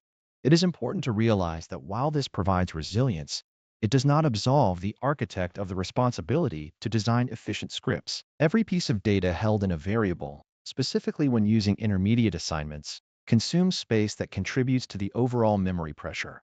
If you are defining large variables that hold entire payloads in memory, you are effectively bypassing the engine's streaming capabilities and forcing the data into the heap, which is a common precursor to out-of-memory error exceptions. Indexing operations represent another area where poor architectural decisions can lead to significant memory overhead. If you frequently perform lookup operations against large collections or perform heavy filtering on unsorted data, the engine must materialize portions of that data to perform the index lookups. If these lookups are nested within loops, you are effectively creating a recursive memory burden that grows exponentially with the size of your input. To optimize expression evaluation, you should strive to use streamable collections where possible and ensure that your data transformations are side effect free. By minimizing the number of times a payload needs to be traversed or materialized into a full tree structure, you allow the engine to maintain a constant memory profile. This is the hallmark of a resilient integration architecture: predictability and processing patterns regardless of the input volume. Finally, you must monitor your application for patterns that lead to heap exhaustion, as the engine cannot fix a fundamentally flawed design. One such pattern is the unnecessary use of the read function on very large inputs, which attempts to load the entire document into memory before transformation begins. Another common mistake is the creation of globally scoped variables that are never garbage collected, effectively leaking memory throughout the lifecycle of the Mule event. As an architect, you should define clear, safe memory limits for the runtime environment and monitor the garbage collection metrics to observe whether the engine is frequently reverting to its disk-backed buffers. If you observe excessive swapping or high disk I/O wait times, it is an early indicator that your transformation logic needs a refactor. Achieving high-performance integration in MuleSoft is not just about the logic you write, but about your understanding of how that logic physically occupies the resources of the JVM. See you in the next lesson. Welcome back. Today, we are going to explore the mechanics of handling massive datasets within Mule4 applications, ensuring your architectures remain stable under heavy load. Working with large payloads in a JVM-based environment requires a departure from standard, eager loading approaches. When you ingest a multi-gigabyte JSON or XML file, the default behavior of loading that document entirely into memory will inevitably lead to an out-of-memory error. Mule4 utilizes a sophisticated streaming framework that manages data through buffers rather than monolithic objects. By treating the payload as a continuous stream of events, you offload the pressure from the Java heap, which is the primary cause of downtime in high-volume integration scenarios. As an architect, you must determine whether the stream should be repeatable or non-repeatable, as this decision dictates how your integration will behave during component retries or multi-stage processing. Repeatable streams are a cornerstone of Mule4's resilience, allowing a payload to be read multiple times without requiring manual buffering logic. When the runtime encounters a repeatable stream, it chooses between in-memory buffering or file-based persistence based on the size of the data and the current heap pressure. Once your data exceeds the predefined buffer threshold, the framework transitions the stream to a temporary location on disk to preserve system stability. This transparent handling is powerful, but it comes with performance costs related to I/O latency and disk write operations. You should always aim to configure your buffer sizes specifically for your deployment environment, as the default values may not align with the production memory constraints or the throughput requirements of your downstream consumers. Architecting for streaming data pipelines requires a deep understanding of downstream capability, as not all services are designed to accept fragmented payloads. If your integration flow includes a component that requires the entire payload to be present, such as certain XML schema validators or complex sorting algorithms, the stream will be forced to materialize in memory. This is the moment where your architectural design must account for the physical limits of the runtime, potentially requiring a shift toward chunking the payload into smaller, manageable batches before dispatching them. By breaking a monolithic request into smaller, logically sound pieces, you ensure that the downstream consumer stays within its own connection and resource limits while maintaining the integrity of the total dataset. Connection pooling and thread management are equally critical when you move away from simple synchronous request-response patterns. When you stream data, you are potentially holding a connection open for a longer duration, which requires careful tuning of your pool sizes to avoid exhaustion. If you have too many concurrent streams running, your worker threads might get tied up waiting for I/O, preventing the runtime from handling other incoming requests efficiently. Always audit your connection pools to ensure they can accommodate the peak concurrency of your streaming operations. It is a balancing act of throughput versus resource overhead, and as an architect, your primary task is to identify the tipping point where streaming starts to impede other application processes. Finally, consider the nuances of DataWeave when it interacts with these streams, as the engine itself is highly optimized for lazy evaluation. DataWeave does not necessarily process the entire input if it is not requested by the output, which is a significant departure from older transformation engines. This internal streaming allows you to filter and transform large data packets with minimal memory usage, provided that you avoid using operators that force full data evaluation. For example, sorting an entire stream or using an aggregate function across an unbounded dataset will implicitly force a reload into memory. Keep these operational constraints in mind as you map out your data transformation layers to ensure that your integration remains performant regardless of input source size. See you in the next lecture. Hello, everyone. Let us dive into the nuanced world of optimizing DataWeave transformations to ensure our integration layers remain performant under heavy enterprise load. When we discuss performance in the context of DataWeave, we are primarily concerned with how the transformation engine handles large data sets without exhausting the heap or introducing significant latency. Many architects fall into the trap of using nested iteration, such as mapping over a collection and then performing a secondary filter or lookup for every single element. In Big O notation, this essentially forces an O(n)² complexity that becomes unmanageable as payloads scale into the thousands or millions of records. Instead of repetitive scanning, we should prioritize the use of lookup functions or pre-indexing our data structures. By constructing a key value map before starting the main transformation, we can reduce lookup time to 1 per record, which dramatically streamlines the overall execution path. Beyond simple lookups, the way we structure our logic often introduces hidden costs related to the DataWeave execution plan. It is common practice to perform minor type conversions or string manipulations inside a high-frequency loop, yet this ignores the overhead associated with repetitive object instantiation. If you find yourself performing the same business logic or data normalization repeatedly, you should move that logic into global functions or externalize it into dedicated DWL files. This approach does more than just improve code readability.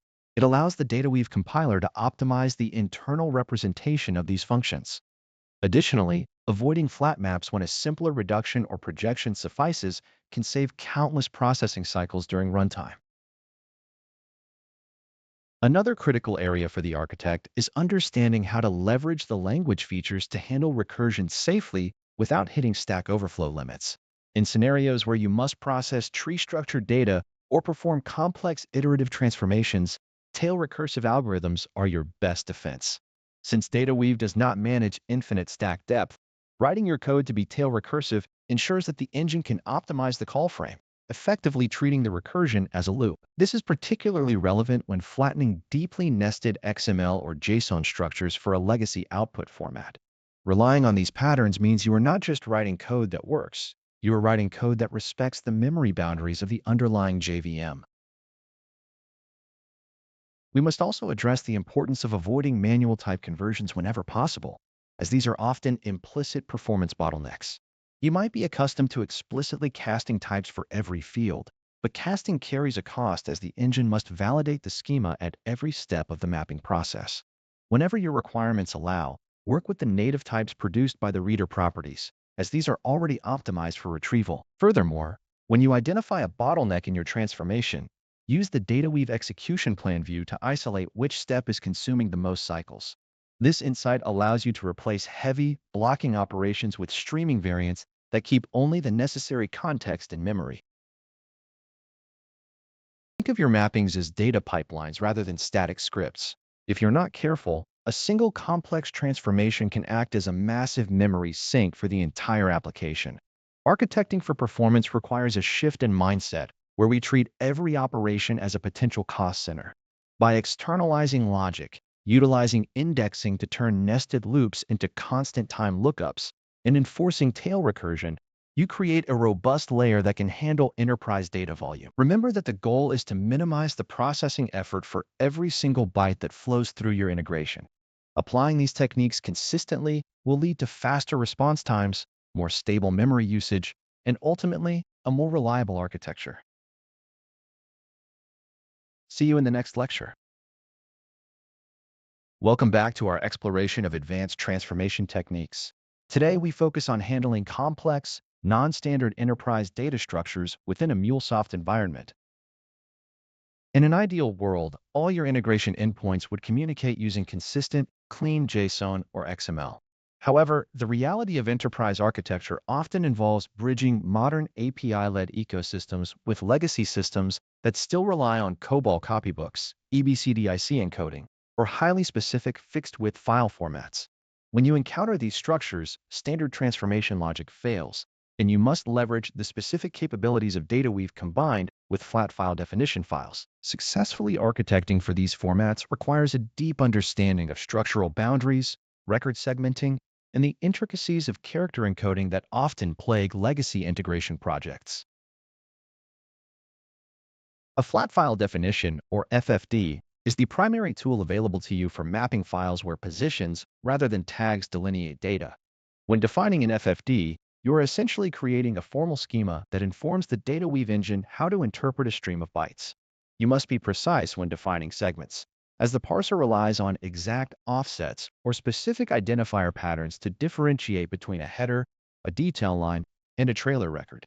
If your legacy system outputs multi-segment record types, you must define the structural hierarchy within the schema to ensure the transformer correctly reads the nested associations. Failure to align your FFD with the source file specifications leads to obscure parsing errors that occur far downstream from the initial ingestion point. Beyond simple parsing, you will frequently find that legacy systems utilize non-UTF-8 encodings, such as EBCDIC or custom character sets. When configuring your reader properties, you must explicitly define these encodings to prevent data corruption during the transition from bytes to the DataWeave internal data model.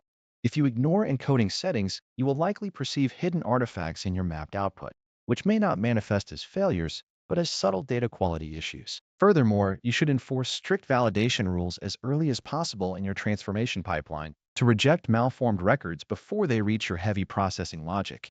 By validating structural integrity at the entry point of the integration, you protect the downstream consumers from processing corrupted or incomplete information.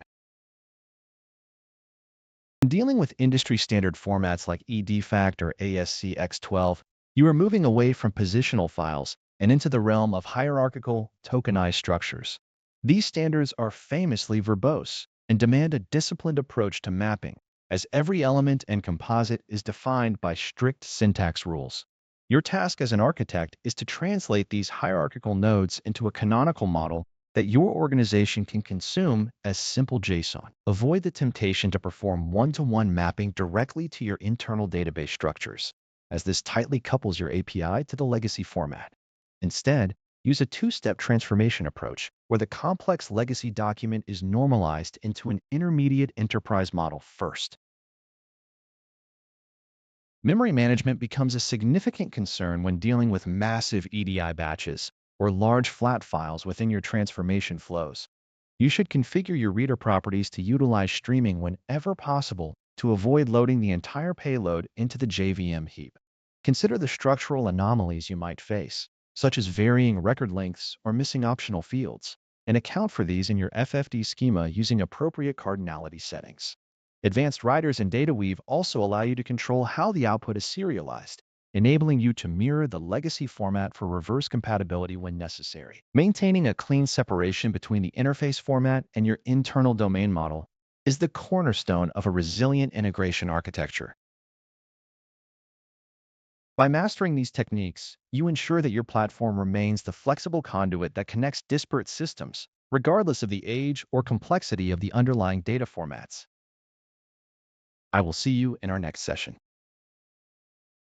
Welcome back. In this lesson, we will examine the architectural nuances of designing efficient batch processing solutions within the Mule runtime to handle large-scale data synchronization.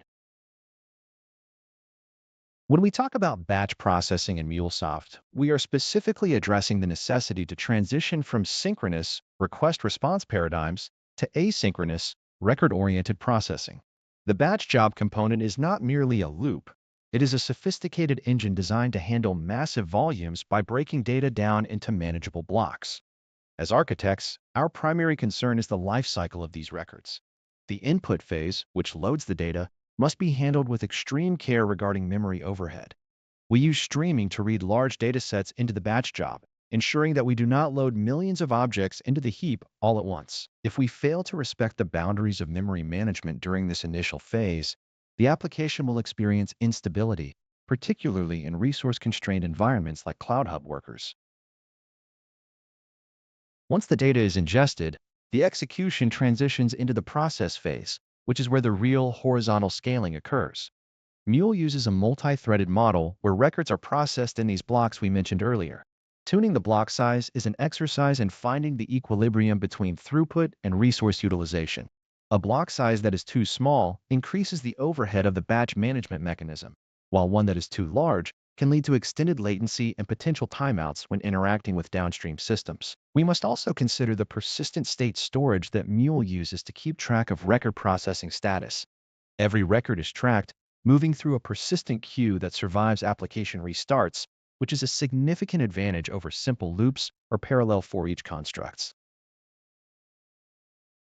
Handling record-level failures is another area where the batch job component shines, specifically through the use of the on-failure scope. In a typical integration scenario, you might have a high percentage of successful records, but a small subset might fail due to validation errors or temporary connectivity issues with a target like Salesforce or a relational database. By defining an on-failure strategy, we can route erroneous records to an error log, a dead letter queue, or perform compensating transactions without stopping the entire execution. This granularity allows for robust data synchronization where the integrity of individual records is preserved even when the batch as a whole encounters headwinds.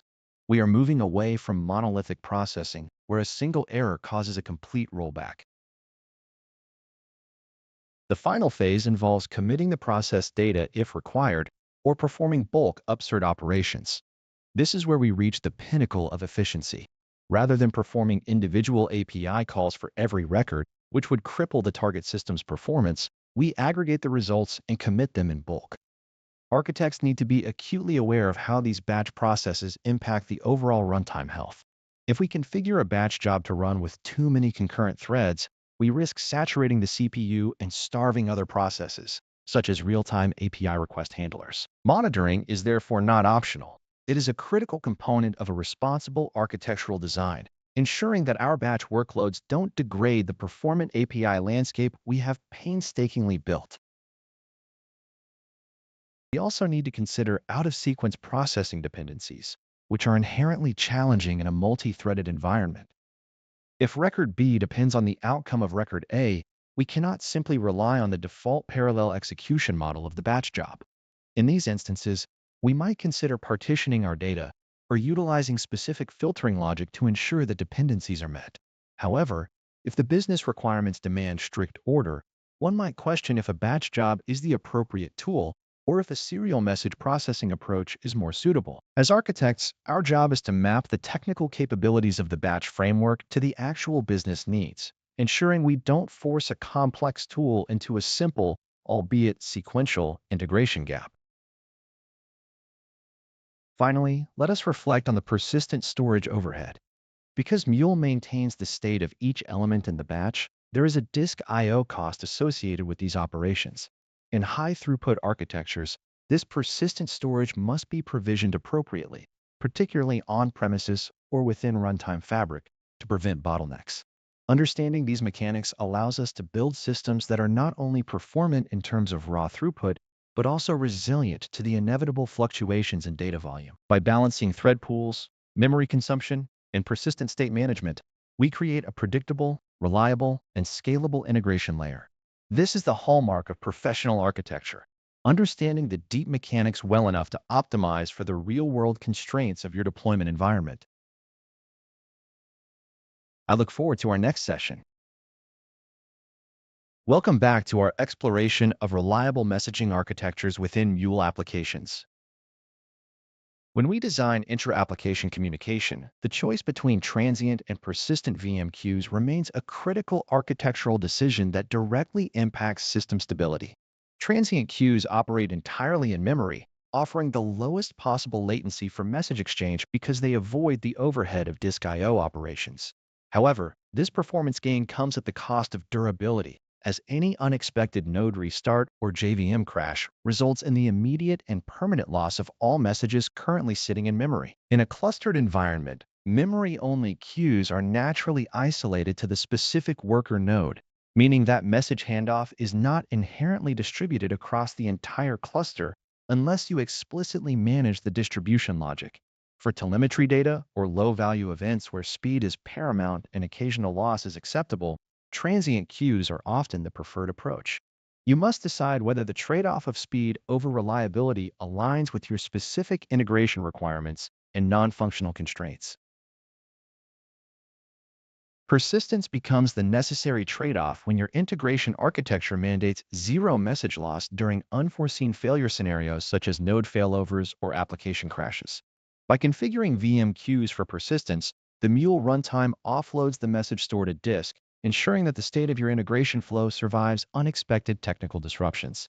While this introduces a serialization penalty, since message objects must be converted into a byte stream to be stored on persistent media, it provides a crucial buffer that enables the application to resume processing after a reboot. You will notice that persistent queues are significantly slower than their transient counterparts due to the inherent latency of write operations to the underlying file system. An architect should only choose this path when the business cost of message loss exceeds the price of increased latency and the associated storage performance overhead. Managing back pressure is another fundamental aspect of VMQ design that requires careful consideration in highly concurrent systems.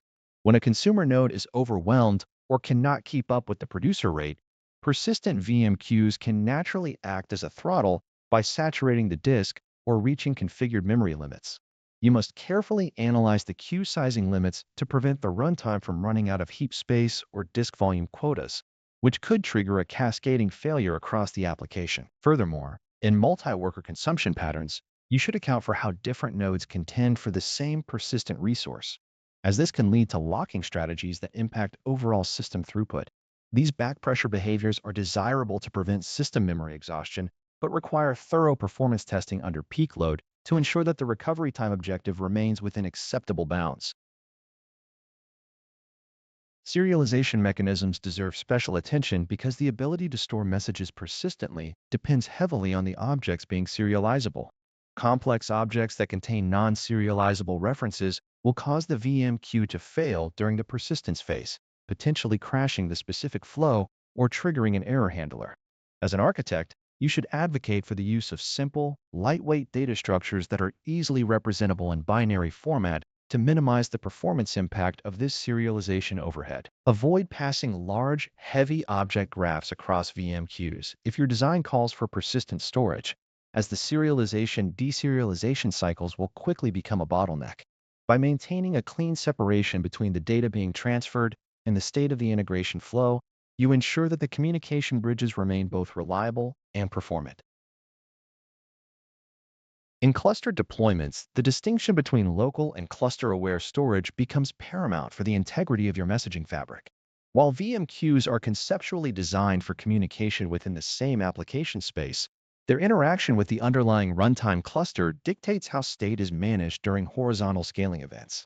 If your requirement demands that a message sent to a queue be processed by any available node in the cluster rather than the specific node that received it, you must ensure the underlying infrastructure supports the necessary message bridging. Failure to plan for this granularity often results in messages getting trapped on a single node, while other workers sit idle, defeating the purpose of your deployment topology. Always evaluate the state-sharing capabilities of your runtime environment to make sure that the reliability mechanisms function as expected across distributed instances.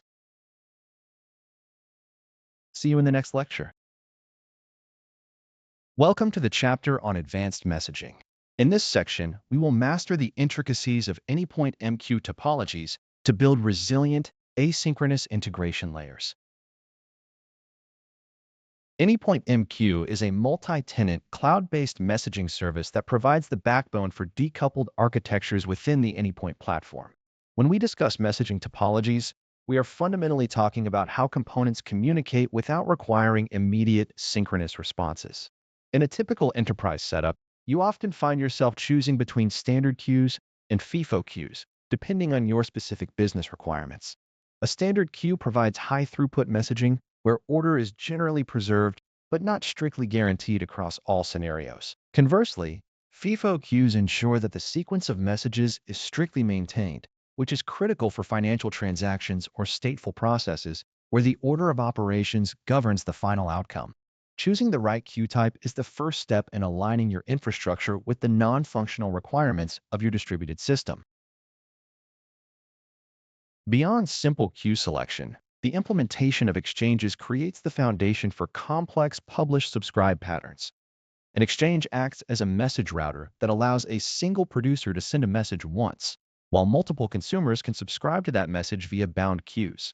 This effectively decouples the publisher from the knowledge of who is listening, promoting a truly event-driven ecosystem.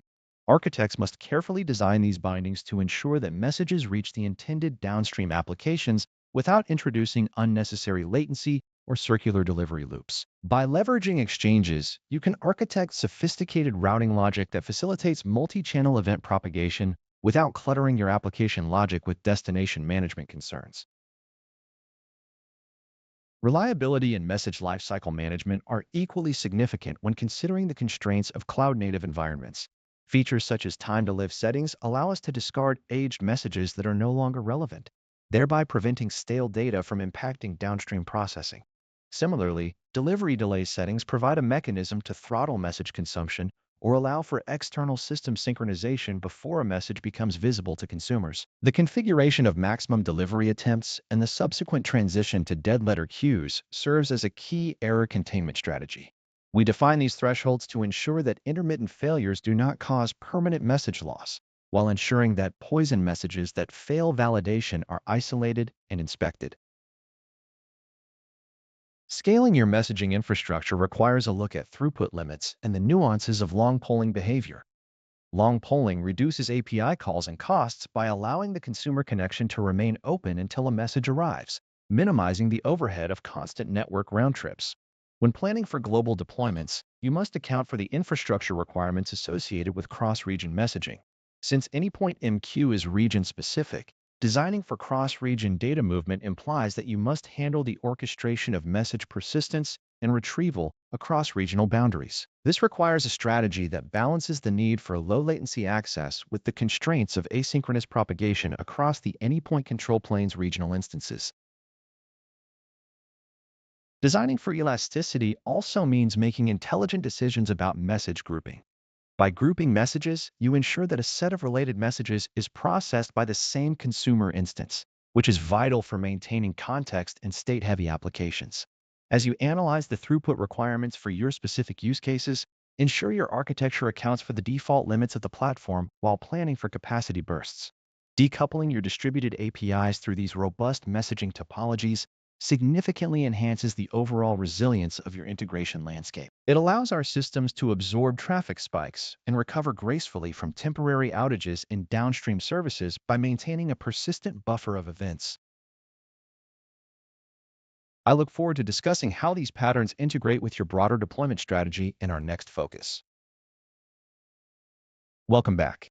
In this chapter, we will explore the mechanisms governing transactional processing within MuleSoft applications to ensure data integrity. We will focus on defining boundaries and configuring transaction managers to handle operational consistency across your integration flows.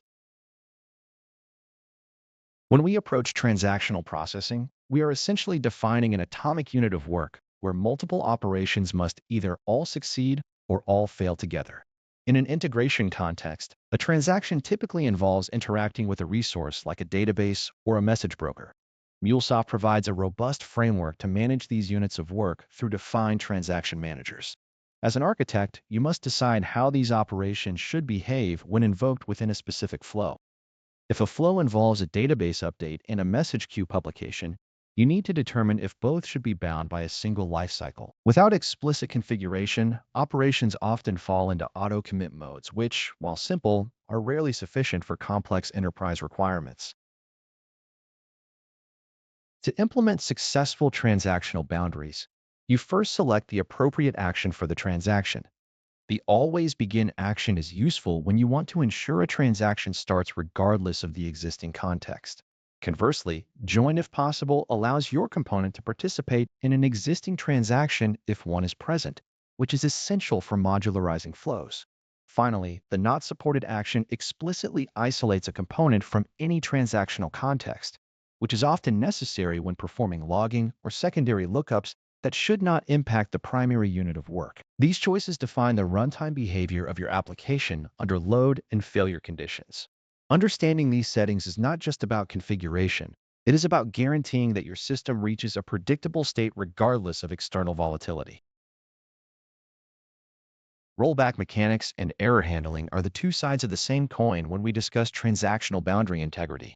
When a component throws an exception within a transactional scope, the transaction manager must be prepared to catch that signal and initiate a rollback to restore the data to its original state.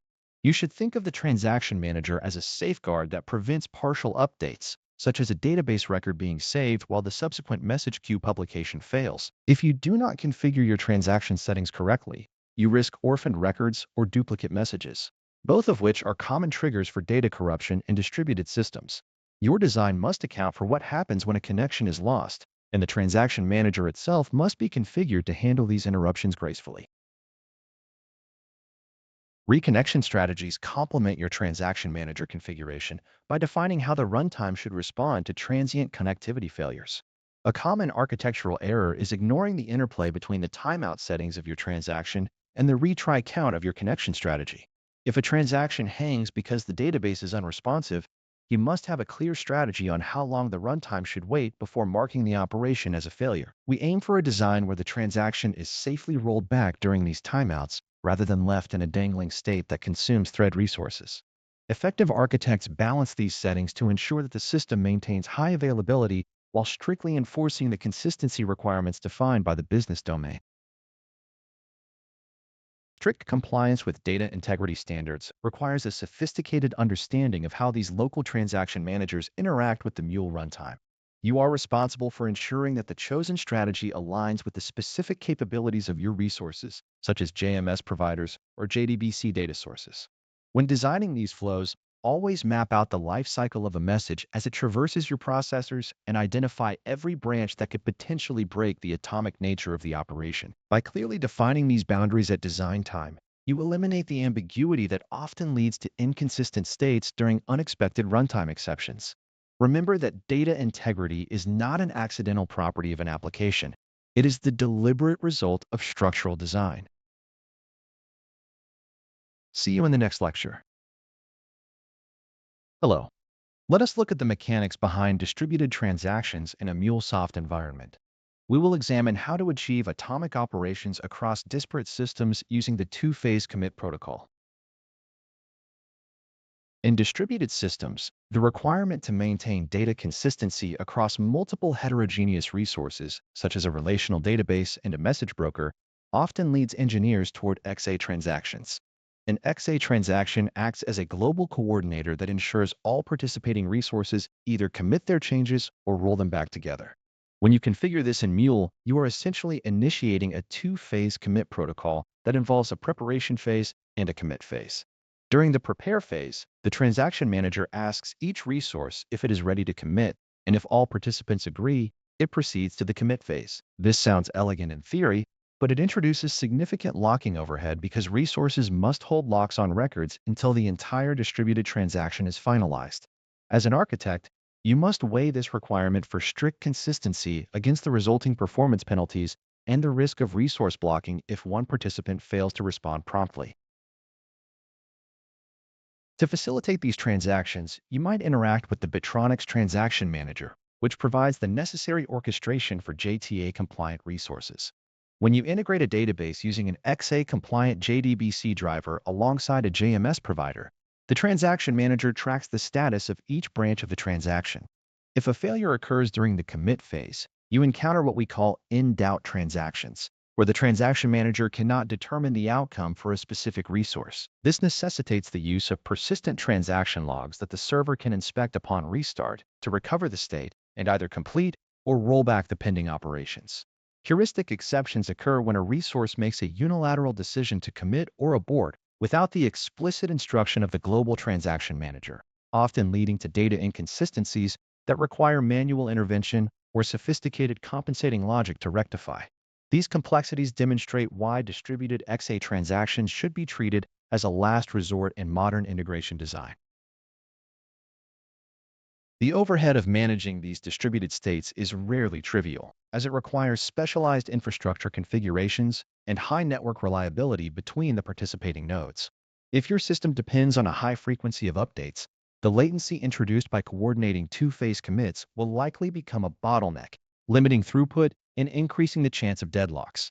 In many scenarios, developers assume that XA is the only way to ensure data integrity. Yet, this leads to rigid architectures that are difficult to scale. You should frequently challenge the necessity of strict ASTID properties in your design, as many enterprise requirements can actually tolerate eventual consistency. By moving toward patterns such as the Saga pattern, you can separate the operations into individual local transactions that are coordinated through asynchronous events. This approach removes the need for global locks and gracefully handles failures using compensations rather than relying on a complex, centralized transaction management protocol. When you evaluate a project that requests distributed transactions, focus on the cost of failure recovery and the business impact of locking resources for the duration of the 2PC window. If the integration involves a transient network or a legacy system that does not support reliable XA recovery, the resulting manual effort to resolve in-doubt transactions can quickly exceed the value of the automation. Always verify that your resource adapters are fully XA capable, as mixing non-XA and XA participants within the same transaction scope typically results in silent failures or non-atomic completion. As you progress, consider whether your design can be refactored to be idempotent, which often eliminates the underlying desire for distributed transactions by ensuring that repeated attempts produce the same outcome. Idempotency combined with asynchronous retries usually provides a significantly more resilient architecture than forcing a traditional enterprise service bus to act as a global transaction controller. We will see how these principles apply in practice during the next session. Welcome back to the course, where we now focus on the critical architectural task of designing enterprise-wide, reusable global error handling frameworks. In this chapter, we will master the mechanics of error propagation, namespace hierarchies, and the construction of unified logging patterns to ensure robust system stability. Building a resilient integration architecture requires a disciplined approach to how exceptions are managed when flows fail. In Mule 4, the default behavior of the error handler is the first point of concern for any architect because unhandled exceptions propagate up the stack, often leading to opaque system crashes or incomplete transaction states. A sound strategy relies on distinguishing between the two primary error handling components: on-error, continue, and on-error propagate. When you employ on-error continue, the flow terminates successfully as far as the calling component is concerned, returning a response that you define within the handler. This is typically appropriate for scenarios where you want to catch a specific technical failure, mask it with a graceful business-level response, and allow the parent process to proceed without being impacted by the downstream error. Conversely, choosing on-error propagate ensures that the error is rethrown as a Mule error object, effectively letting the parent flow know that a failure occurred and preventing subsequent processing. This distinction is not merely semantic. It dictates how the entire invocation chain reacts to failures, which is vital when designing complex, multi-layered service chains. Effective orchestration of these components relies heavily on the use of hierarchical namespaces for error types. Mule categorizes errors into a tree structure, starting with the root and extending into specific technical exceptions like connectivity issues or data validation errors. As an architect, you should design your global handlers to listen for these specific namespaces, moving from granular identifiers up to generic fallbacks. By defining a global error handler that catches exceptions at the application level, you create a safety net for any logic that developers might have forgotten to wrap in local handlers. This central component should be responsible for mapping technical stack traces into standardized, consumer-friendly HTTP status codes, such as mapping a connection timeout to a 503 service unavailable or a validation error to a 400 bad request. Achieving consistency across your portfolio requires that these mappings be predictable, allowing clients to programmatically react to your errors without needing internal knowledge of the underlying Mule runtime exceptions. The unified logging schema is the final pillar of a scalable error framework, serving as the primary bridge between runtime performance and operational awareness. When an error occurs, simply returning a status code to the client is insufficient for the support teams tasked with maintaining your enterprise ecosystem. Your global error component must capture the current correlation ID, the transaction context, and a summarized diagnostic object to be pushed to an external logging aggregator. I advise you to structure this log information as a canonical schema so that regardless of which microservice generates the error, the format remains identical for your monitoring tools. This allows your operations team to create unified dashboards and automated alerts based on consistent error signatures, significantly reducing the mean time to resolution during production incidents. By treating error handling as an architectural service rather than an afterthought, you eliminate the fragmentation that often plagues large-scale application networks. See you in the next lecture. Welcome back. Let us discuss how to architect resilient dead letter queue, DLQ, patterns for handling failed messages in distributed systems. In any messaging architecture, especially when utilizing Anypoint MQ, you must account for the reality that not all messages will be processed successfully on the first attempt. A poison message, a payload that causes an application to throw an exception repeatedly, can effectively halt your processing pipeline if you do not have a strategy for isolation. When a consumer fails to process a message due to a transient issue, such as a temporary network hiccup or service downtime, a simple retry policy might resolve the problem. However, if the error is due to an invalid message schema or a logic bug, retrying indefinitely will only consume resources and delay the processing of healthy messages in the queue. This is why we implement dead letter queues, which act as a final destination for messages that have exceeded their maximum retry count. By segregating these failed payloads, you ensure that your main processing flow remains unblocked and performant while maintaining data integrity for later analysis. To implement this effectively, you must configure a robust retry loop utilizing an exponential backoff algorithm.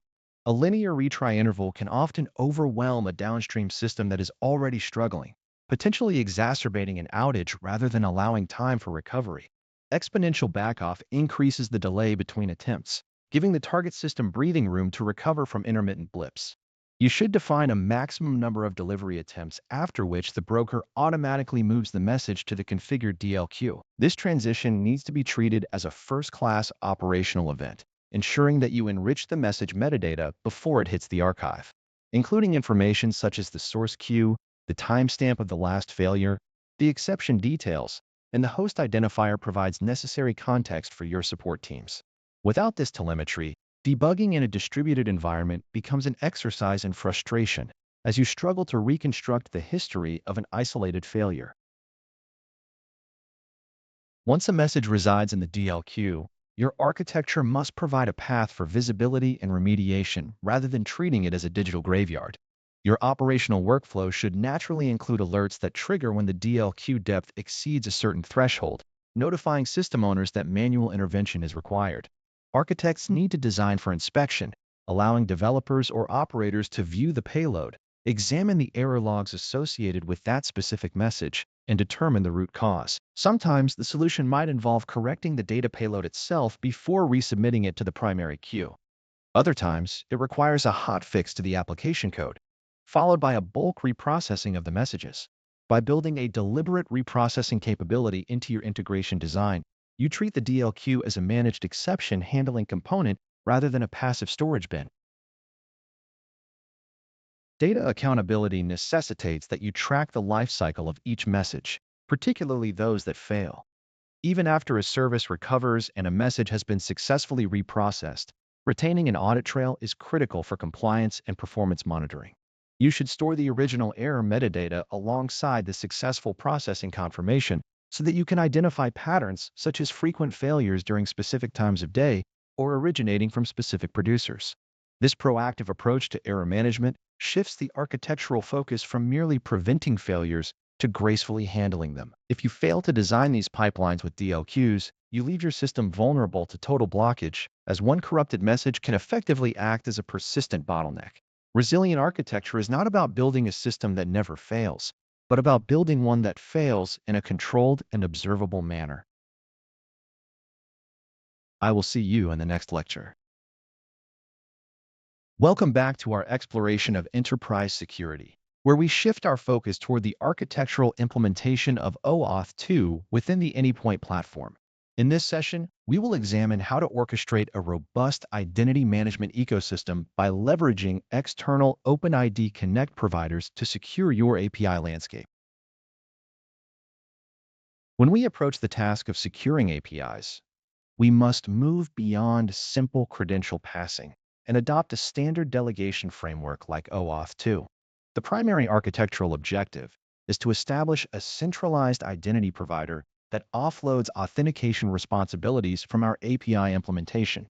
By integrating Anypoint Platform with an OIDC-compliant provider, we decouple the identity lifecycle from the application logic. This allows us to enforce standard grant types, such as authorization code for user-interactive applications or client credentials for machine-to-machine communication. Architects often struggle with the decision of which grant flow to select, but the rule is straightforward. Never use implicit flows in modern designs, as they have been deprecated in favor of authorization code flows with proof key for code exchange.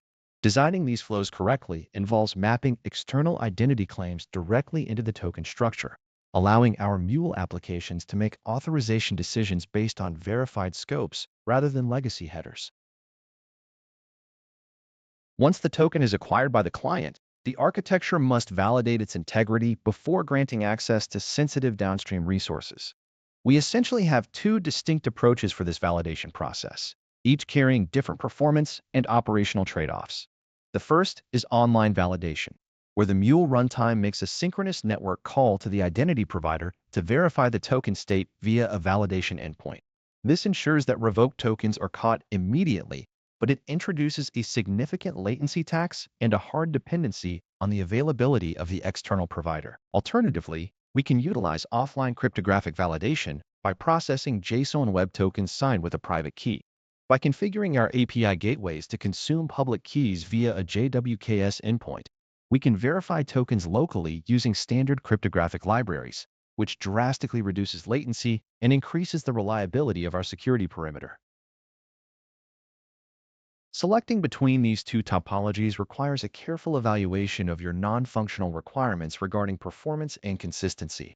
If your architecture is highly distributed across enterprise boundaries, the offline cryptographic approach using JWTs is almost always the superior choice because it avoids the round-trip delay inherent in online checks.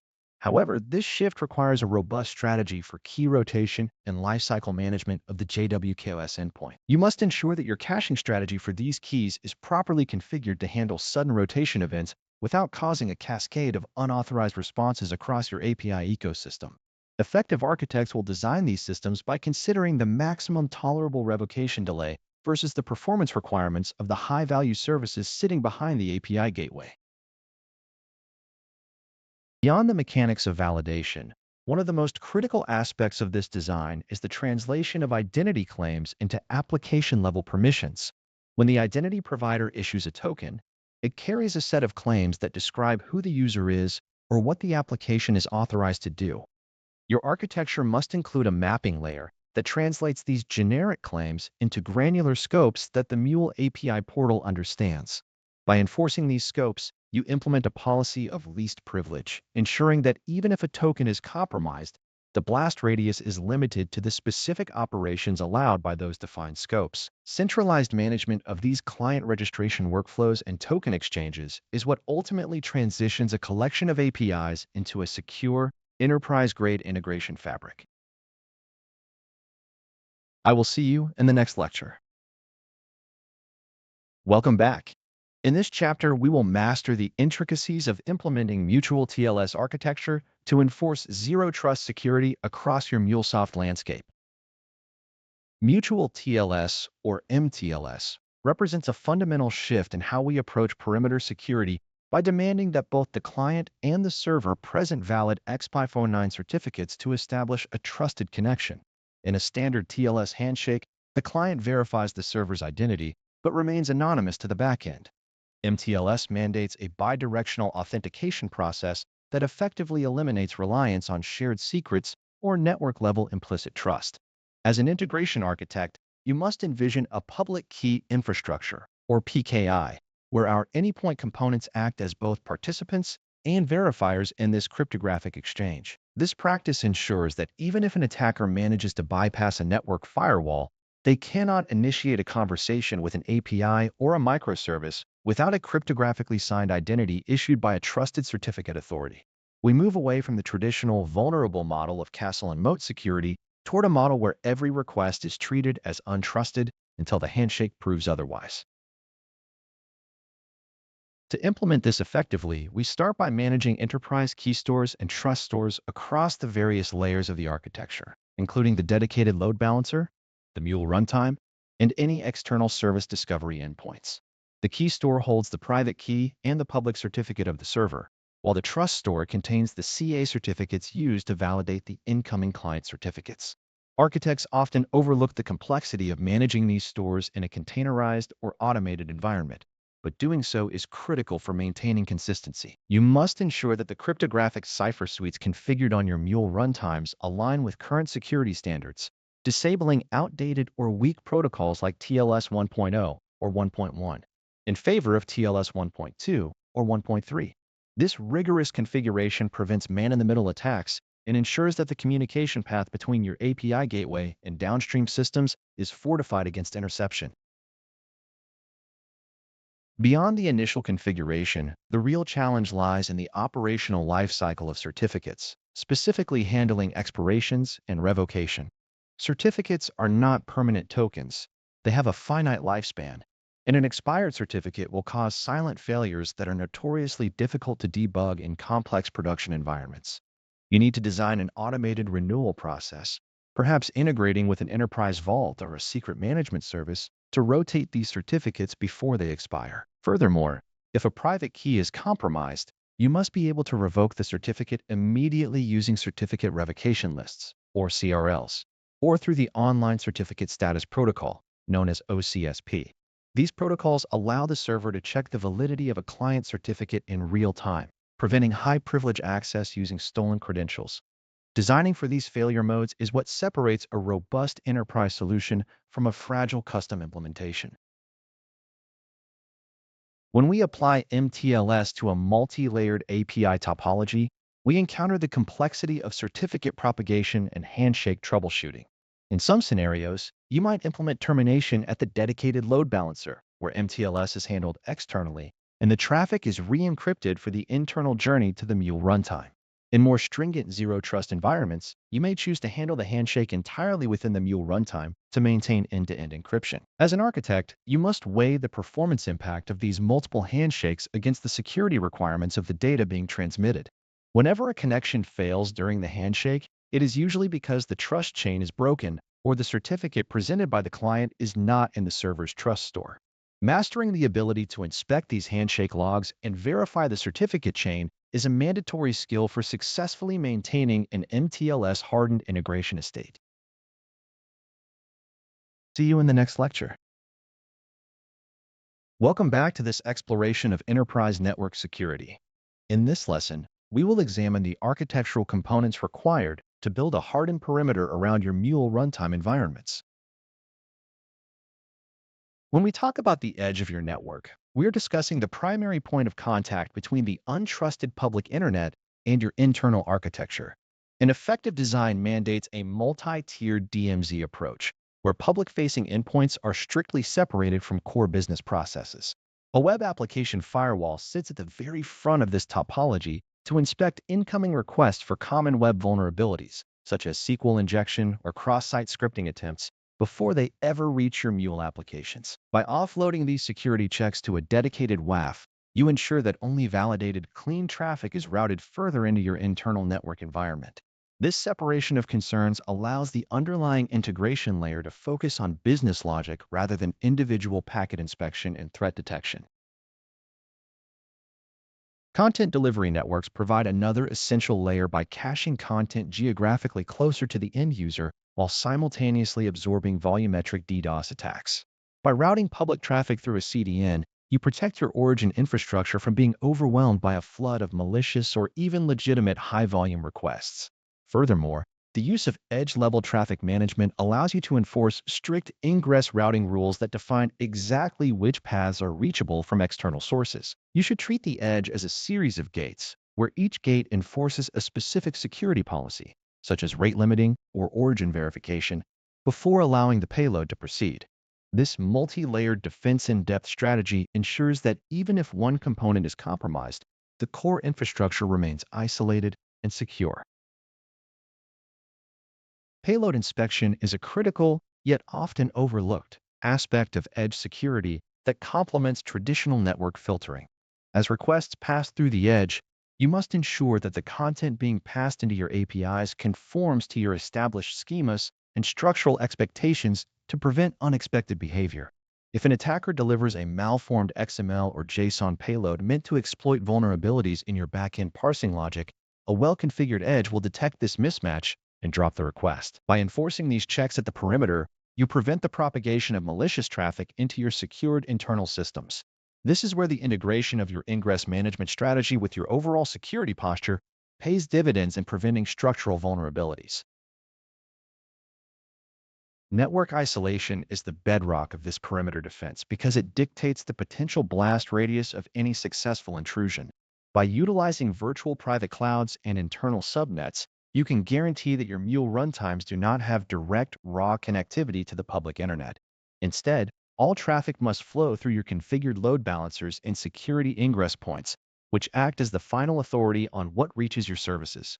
Remember that security is not a single product you buy, but a design language you speak. By carefully architecting these boundaries, you transform your network into a series of interconnected, hardened zones that are resilient against the evolving threats of modern enterprise environments. I look forward to discussing how these edge concepts intersect with deep-level networking in the next segment. Welcome to this chapter on Anypoint VPC and networking design. We will explore how to architect secure, isolated network environments within CloudHub to bridge your cloud-hosted Mule applications with on-premises infrastructure. Anypoint Virtual Private Cloud, or VPC, provides a logically isolated section of the cloud where you launch your MuleSoft resources. As an architect, you must start by effectively managing your IP address space, which requires a firm grasp of classless interdomain routing, or CIDR. Selecting an appropriate CIDR block is non-trivial because it must not overlap with your internal enterprise network address spaces. If you introduce an IP conflict between your VPC and your existing corporate data center, you will be unable to route traffic effectively when you eventually establish a connection. You should aim for a block size that supports enough usable addresses while minimizing the footprint, keeping in mind that once a VPC is created, the CIDR block cannot be modified. Careful calculation, accounting for present worker count and potential future scaling, prevents the need for complex network readdressing projects later. Connectivity between your CloudHub applications and private backend systems is typically achieved through either an IPsec VPN tunnel or AWS Direct Connect. When configuring an IPsec VPN, you are essentially setting up a secure, encrypted tunnel over the public internet, which functions adequately for many scenarios provided your bandwidth requirements are reasonable. However, for organizations demanding predictable latency and higher security guarantees, AWS Direct Connect offers a dedicated physical connection from your premises to the cloud provider's edge. You should design these paths with redundancy in mind, perhaps implementing a primary direct connect link paired with a secondary backup VPN tunnel over the internet to ensure that your integration layer remains resilient during provider outages. BGP, or Border Gateway Protocol, is the standard for managing these routes, as it allows for the automatic propagation of network reachability information between your on-premises edge routers and the CloudHub VPC environment. In the context of hybrid architecture, DNS design often presents a hidden complexity that architects frequently overlook. Without proper internal DNS routing, your Mule applications might struggle to resolve the private host names of your internal services, leading to timeout errors or forced reliance on hard-coded IP addresses, both of which are poor practices. You have the ability to configure your VPC to use specific DNS servers or integrate with AWS Route 53 to ensure that internal resolution requests are directed to your corporate DNS environment rather than just public lookups. This internal routing ensures that when an integration flow attempts to connect to a private resource, the network can correctly resolve the private endpoint within the established secure tunnels. Furthermore, you must define stringent firewall rules within your VPC to limit inbound and outbound traffic to only necessary ports and protocols. Security at the network level is enforced by strict firewall policies that act as the first line of defense for your CloudHub workers. By default, CloudHub VPCs are isolated, but you must explicitly whitelist the necessary traffic, allowing only the traffic origins and destinations that strictly adhere to your business requirements. This creates a zero-trust network environment where every packet flow must be justified by an architectural rule. As you scale, you may encounter scenarios involving multiple VPCs, which can be connected using AWS VPC peering to allow communication between different environments if needed, provided they are in the same or compatible infrastructure regions. Always consider the management overhead of these peering links, as they represent a permanent dependency that requires careful oversight to avoid creating overly permissive network topologies. I will see you in our next session. Welcome to the chapter on dedicated load balancer configuration. In this lesson, we will explore the mechanisms for managing inbound traffic, SSL termination, and horizontal scaling within the Anypoint platform. When you deploy applications to CloudHub, the dedicated load balancer, or DLB, acts as the primary gateway for your public-facing traffic. It serves as an isolated component that manages requests before they reach your Mule workers, allowing you to centralize SSL termination and traffic routing rules. By decoupling the entry point from the application logic, you gain the ability to manage security and traffic distribution policies at the perimeter of your network. This separation of concerns is fundamental for maintaining a clean architectural boundary between the public internet and your private VPC components. You should think of the DLB not just as a traffic router, but as a crucial instrument for enforcing enterprise-grade network security policies.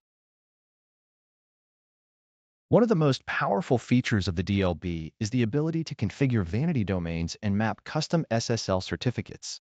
Instead of exposing your applications via the default CloudHub URLs, you can assign custom domain names that align with your corporate branding, while simultaneously managing the associated SSL certificates directly within the load balancer interface.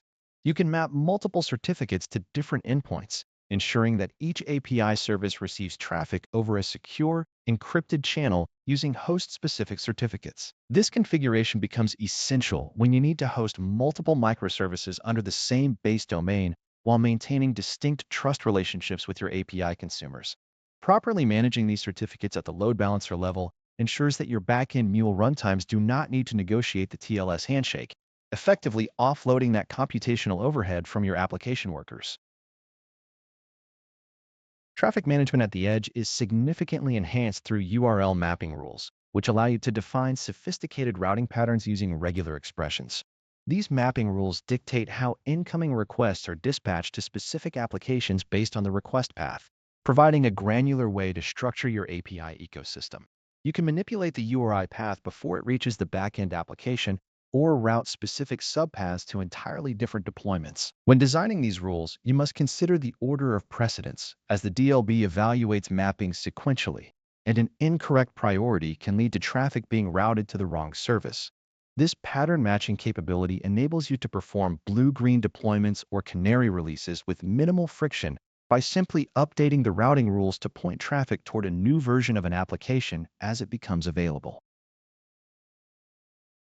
Beyond routing, the DLB offers critical controls for operational reliability, such as timeout parameters and sticky sessions. You can tune the idle timeout to match the latency profiles of your specific services, preventing premature connection drops during long-running data processing tasks. When you require session persistence, particularly for stateful applications or specific authentication flows, enabling sticky sessions ensures that subsequent requests from a client are routed to the same backend worker. While sticky sessions can simplify certain integration patterns, you must remain aware that they can potentially create an uneven distribution of traffic across your pool of available workers. Balancing these settings requires a thorough understanding of your application's concurrency needs and the underlying scaling policy you have established for your Mule runtime environment. For enterprise-level security, the DLB facilitates the isolation of sensitive internal traffic from public entry points, effectively acting as an edge security controller. You can restrict access to specific APIs by leveraging the DLB's ability to interface with your VPC, ensuring that only expected traffic enters your private integration space. Furthermore, the DLB automatically handles horizontal scaling across your backend workers, maintaining high availability for your services even under heavy load. By offloading resource-intensive tasks like SSL termination and request validation to the load balancer, your Mule runtime workers can focus exclusively on their core business logic and data transformation tasks. This holistic approach to edge configuration is what distinguishes a robust, production-ready enterprise integration architecture from a basic deployment. I will see you in the next lecture. Welcome to this module on securing data at rest within the Anypoint ecosystem. We will focus on the architectural principles required to protect sensitive information stored on disk or in persistent memory. When we talk about data at rest, we are primarily concerned with information that is no longer in transit, but resides in configuration files, properties, cache, or persistent queues. As architects, Our goal is to ensure that even if an unauthorized party gains access to the underlying file system or storage layer, the data remains unintelligible. The Anypoint Platform provides the Enterprise Security Module as a primary vehicle for achieving this, leveraging standard AES algorithms to scramble payload data and application properties. It is a common mistake to store credentials as plain text within source code repositories or deployment descriptors. Instead, you must adopt the habit of using secure property placeholders, which allow values to be injected at runtime rather than being hard-coded in your application packages. This abstraction is fundamental to maintaining a secure posture, especially when audit requirements dictate that production credentials should never be visible to developers or automated build servers. Moving beyond basic property obfuscation, we must consider the lifecycle of encryption keys themselves. Storing keys alongside the data they protect is akin to leaving the key in the lock of a safe. An architectural best practice is to offload key management to an external vault solution, such as HashiCorp Vault, Azure Key Vault, or AWS KMS.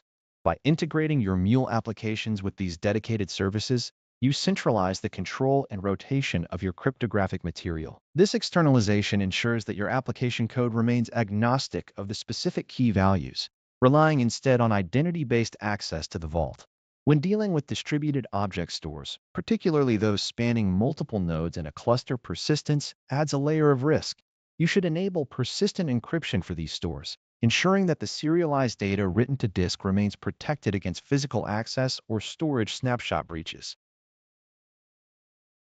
Compliance frameworks like PCI DSS, HIPAA, and GDPR often require more than just encryption of the storage media. They mandate that specific sensitive fields be protected individually. This is where techniques like tokenization and masking become indispensable architectural patterns. Tokenization replaces sensitive data with non-sensitive equivalents that have no extrinsic meaning or value, while masking hides partial data during logging or display. Implementing these at the entry point of your integration, rather than inside the persistence layer, prevents sensitive data from ever hitting your logs or file systems in the clear. By standardizing these patterns across your integration landscape, you reduce the scope of your compliance audits significantly. Remember that the responsibility of an architect is not just to secure the data, but to design a system where security is the default state for every data stream, whether it is transient or persistent. See you in the next lecture. Welcome back. In this lecture, we will explore the architectural considerations for building robust, continuous integration pipelines specifically tailored for MuleSoft applications. When we shift our focus toward enterprise integration, the manual deployment of Mule applications becomes an unsustainable anti-pattern that introduces unacceptable levels of risk and variability. An architect must envision a CI pipeline as a deterministic machine, where source code is treated as the immutable input and a cryptographically verified deployment artifact serves as the output. The foundation of this process relies on the Mule Maven plugin, which abstracts the complexities of the build lifecycle into a repeatable sequence of goals. By leveraging this plugin, we move beyond simple package creation and begin managing metadata, dependencies, and environment-specific configurations at the build time. Success in this domain requires you to treat your Maven configuration not as an afterthought, but as a core component of your application architecture that ensures the parity of builds across every stage of the software development lifecycle. A primary responsibility of the architect is to enforce rigorous quality gateways before any code is permitted to merge into the trunk. This is achieved by integrating static code analysis and custom linting tools directly into the pipeline progression. You should configure these tools to evaluate compliance with organizational standards, such as naming conventions for flows, global error handling patterns, and the appropriate utilization of component scopes. When these checks fail, the pipeline must provide immediate feedback to the developer, effectively halting the promotion cycle and maintaining the integrity of the main branch. This mechanism acts as an automated governance layer, ensuring that technical debt is identified in its infancy rather than being discovered during a production deployment, which is a far more costly and disruptive outcome for the business. Dependency management in a large-scale enterprise necessitates the use of a private repository manager, such as Nexus or Artifactory, to control the availability and versioning of shared assets. Relying on public repositories for enterprise integration is a security risk and introduces potential points of failure that can halt your global development efforts. Your CI pipeline must be structured to resolve dependencies exclusively from these private, secured locations, ensuring that every Mule application is built using a consistent, scanned, and vetted set of libraries. Furthermore, you must define the pipeline stages to prioritize version immutability and provenance. Once an artifact is built for a specific release, it should carry a unique version identifier that tracks it from build through testing to the final deployment. This level of traceability is not merely a convenience, but a fundamental requirement for compliance and auditability in professional integration environments. Structuring your pipeline stages requires a clear separation of concerns to guarantee that every application package is built in a verifiably clean environment. The process typically begins with checkout and source code analysis, followed by the unit and functional test phases that exercise the logic of the Mule flow without requiring external system connectivity. Once the build passes these gates, the Mule Maven plugin executes the packaging logic, applying environment-specific configuration sets that have been externalized through property files or environment variables. By ensuring that the process is orchestrated by a pipeline runner like GitHub Actions or Azure DevOps, you abstract the infrastructure details away from the developer, allowing them to focus on the integration logic while the architecture handles the repeatable orchestration of the delivery. This methodology ensures that what is built in the developer toolchain is exactly what will eventually be instantiated on the runtime, providing a deterministic foundation for every deployment that follows at scale.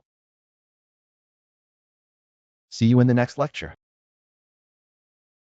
Welcome back. Today, we are examining the architectural principles behind automated deployment strategies within the Anypoint ecosystem. In this chapter, we will explore Juho design deployment pipelines that ensure zero downtime and consistent application delivery across heterogeneous environments. We will focus on the tactical execution of deployment patterns and the orchestration tools required to automate these processes effectively. When we shift from manual deployments to automated pipelines, our primary goal is to strip away the variability that humans introduce. A well-architected deployment strategy treats infrastructure and application state as code, ensuring that the deployment mechanism is repeatable, verifiable, and above all, resilient. Whether you are targeting Cloud Hub, Runtime Fabric, or a standalone Mule runtime, the underlying philosophy remains the same. We want to promote binaries through environments without the risk of configuration drift or manual intervention. By using the Anypoint Platform APIs, an architect can script the entire deployment lifecycle, effectively turning the act of deploying an application into a predictable, automated event that logs every transition status for auditing purposes. Consider the blue-green deployment pattern, which is a classic approach to achieving zero downtime releases. In this scenario, you have two identical production environments, where one is active and the other is idle. You deploy your new version to the idle environment, perform your validation tests, and then shift the traffic. When implemented in Cloud Hub or Runtime Fabric, this often involves manipulating load balancer endpoint configurations or routing rules to ensure that the transition is instantaneous. If a failure is detected during the transition, the rollback is trivial because the previous version is still sitting in the original environment. The architect must ensure that session persistence and external database schemas are compatible with both versions during this shift, which often requires a careful consideration of state management and API versioning. Canary releases represent a more granular strategy, where you shift traffic to the new version for a small subset of users before committing to a full deployment. Within an Anypoint environment, this requires a sophisticated ingress strategy, often involving the dedicated load balancer or a service mesh within a Runtime Fabric cluster. By routing, say, 5% of requests to the new version, you can monitor technical metrics such as error rates or latency through Anypoint monitoring. If the new version shows anomalous behavior, you abort the deployment automatically, which limits the blast radius of a potential bug. This requires a robust automation framework that can query operational data in real time and trigger API calls to revert the routing configuration if a predefined threshold is violated.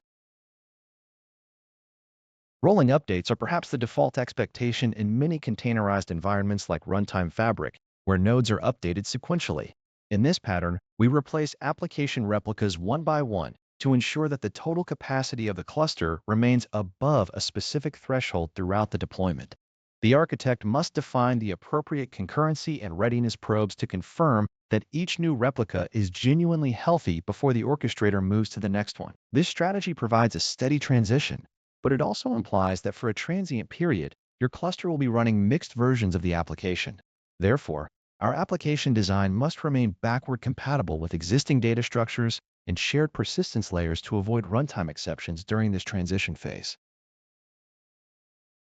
Regardless of the pattern chosen, the management of environment-specific properties remains a challenge that requires an ironclad approach to security. Hard-coding configuration values within the application package is a common anti-pattern that violates the principles of immutable infrastructure. Instead, we should rely on runtime variables, secure properties, or externalized secret stores that are injected at deployment time. By linking these properties to your CI/CD pipeline, you ensure that the same binary artifact is promoted through non-prod and prod, merely changing the context-specific metadata as it flows through the pipeline. This approach eliminates the rebuild to redeploy risk and ensures exactly what you tested in QA is what eventually runs in production.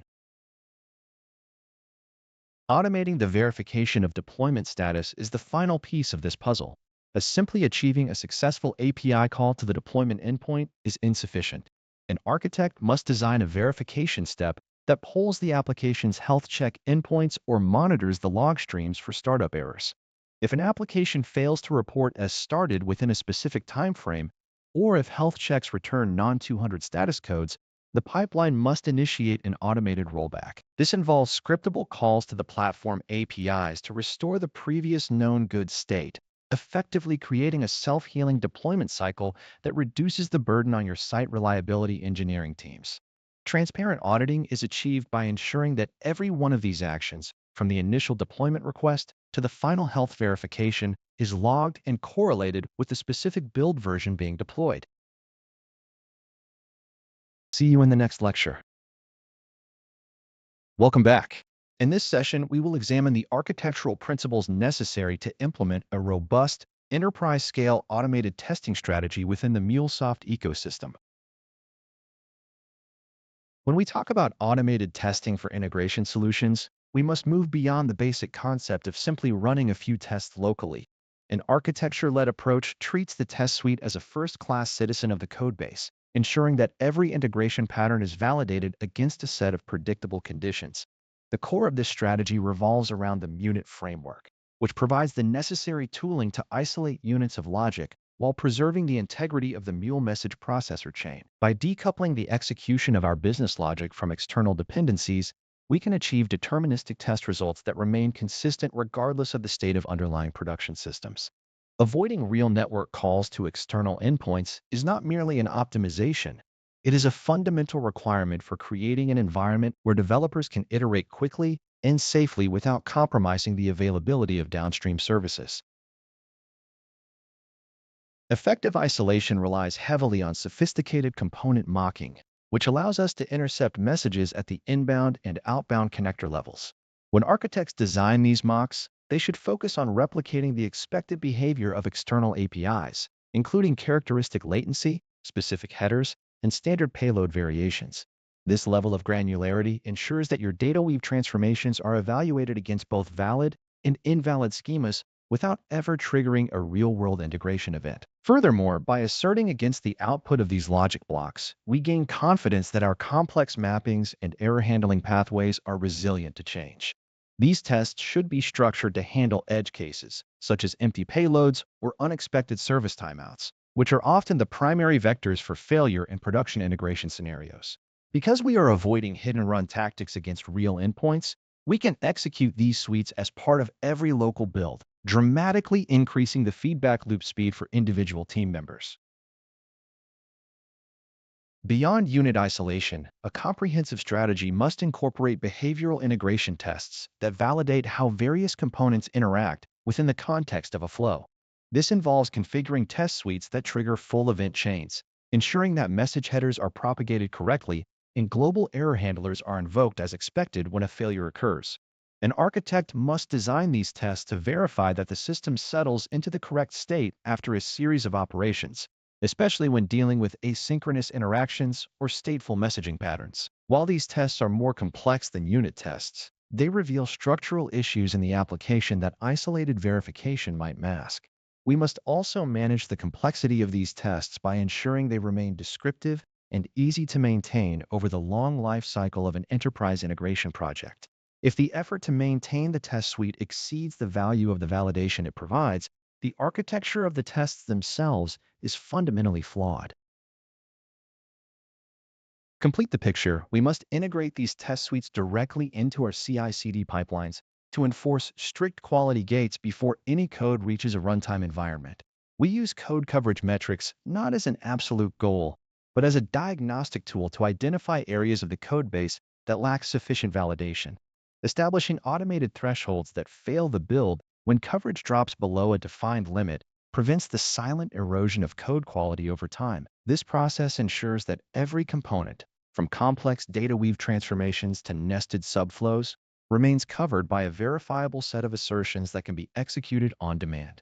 When integrated with automated deployment strategies, this creates a resilient feedback loop where integration patterns are continuously proven correct, allowing our teams to deploy with a high degree of confidence. See you in the next lecture. Welcome back. In this session, we will examine the architectural components required to build robust, scalable, and manageable logging frameworks within a distributed Mule environment. Logging is often treated as an afterthought in systems architecture, yet it remains the most critical diagnostic tool when navigating distributed failures. When you operate across multiple API layers, you encounter the inherent difficulty of stitching together an execution context that spans several disparate services. To achieve operational visibility, you must move beyond simple console printing and embrace structured asynchronous logging architectures. The goal is to offload the logging burden from the primary request processing thread, thereby preserving throughput in high-load scenarios. By configuring Log4j2 appropriately, you ensure that your logging subsystem operates independently of the business logic execution path, which is a prerequisite for any production-grade enterprise integration. One of the most effective ways to facilitate end-to-end observability is through the implementation of Mapped Diagnostic Context, or MDC. Think of MDC as a thread local map that holds contextual information, such as a correlation ID, which remains accessible to the logging subsystem throughout the entire lifecycle of a request.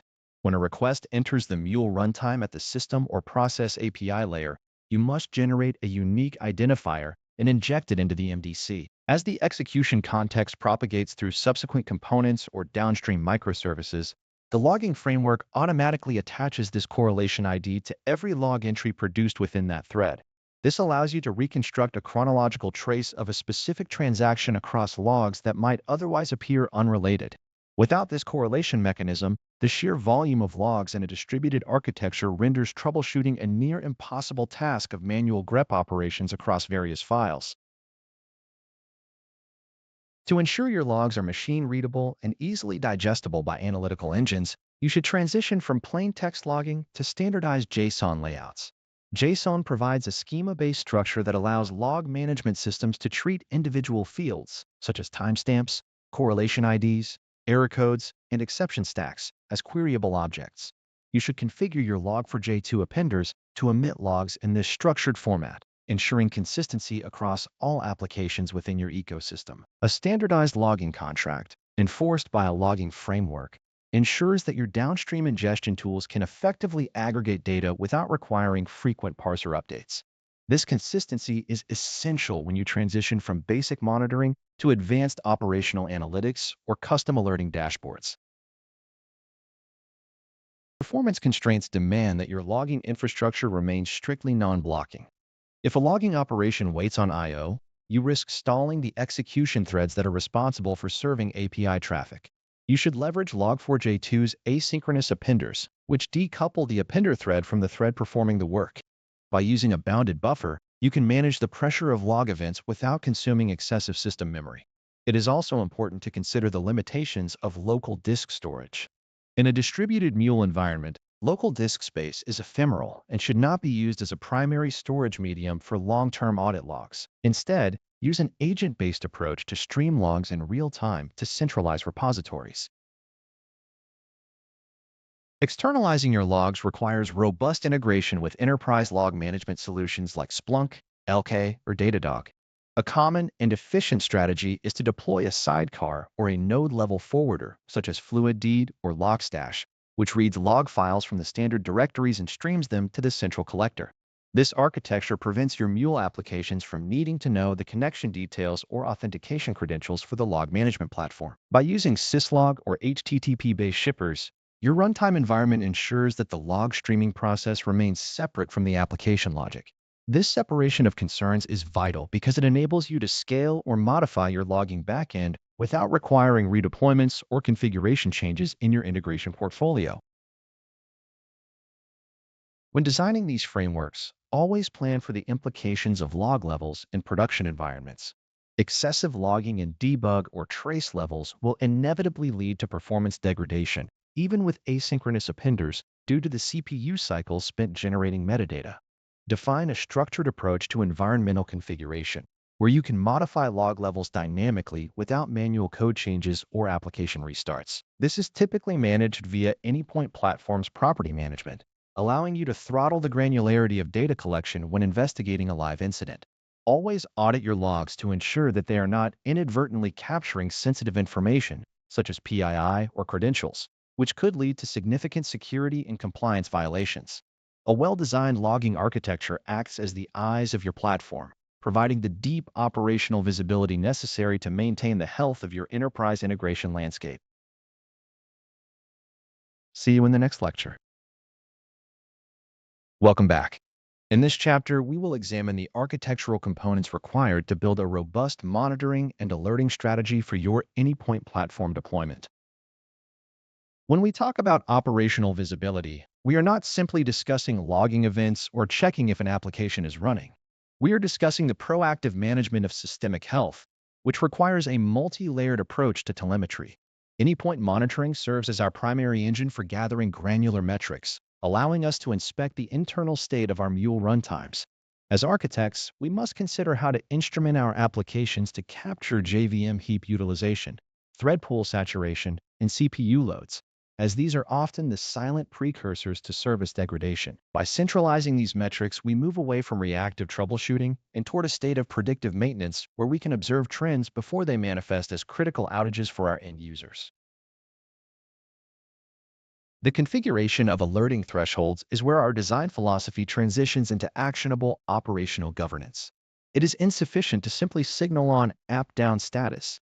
We must establish intelligent boundaries for API response times and unexpected error rates. If we define success solely by availability, we ignore the silent failures where latency creeps upward, eventually breaching our defined service level agreements. When configuring these alerts, consider the blast radius of each specific notification, ensuring that alerts are routed to the appropriate teams without inducing fatigue through false positives. A well-architected alerting topology integrates these signals into the broader incident response loop, providing enough context within the initial alert to allow engineers to triage without having to scramble for correlation IDs. Anypoint Visualizer provides the topological map that transforms abstract microservice interactions into a concrete, observable dependency network. This tool is invaluable when assessing architectural layer compliance, as it allows us to verify that our system-to-process-to-experience flow is strictly adhered to in real time. During a production incident, Visualizer becomes the primary tool for rapid root cause analysis, enabling us to pinpoint connectivity issues or circular dependencies that are otherwise obscured in traditional log files. By visualizing the dependencies, we can observe how network latencies manifest across specific nodes, helping us identify whether a bottleneck is isolated to an individual application or is a systemic failure within the underlying network fabric. Beyond infrastructure-level metrics, API functional monitoring ensures that our integration contracts remain valid from the perspective of the consumer. This requires the deliberate design of synthetic tests that mimic real-world traffic patterns, validating that the end-to-end integration logic behaves as expected across disparate environments. These functional monitoring probes should be tightly integrated into our deployment lifecycle, ensuring that any breaking change is caught before it impacts downstream stakeholders. By combining this functional verification with the infrastructure telemetry discussed earlier, we establish a comprehensive observability framework that satisfies both the operational requirements of the SRE teams and the business requirements of our API consumers.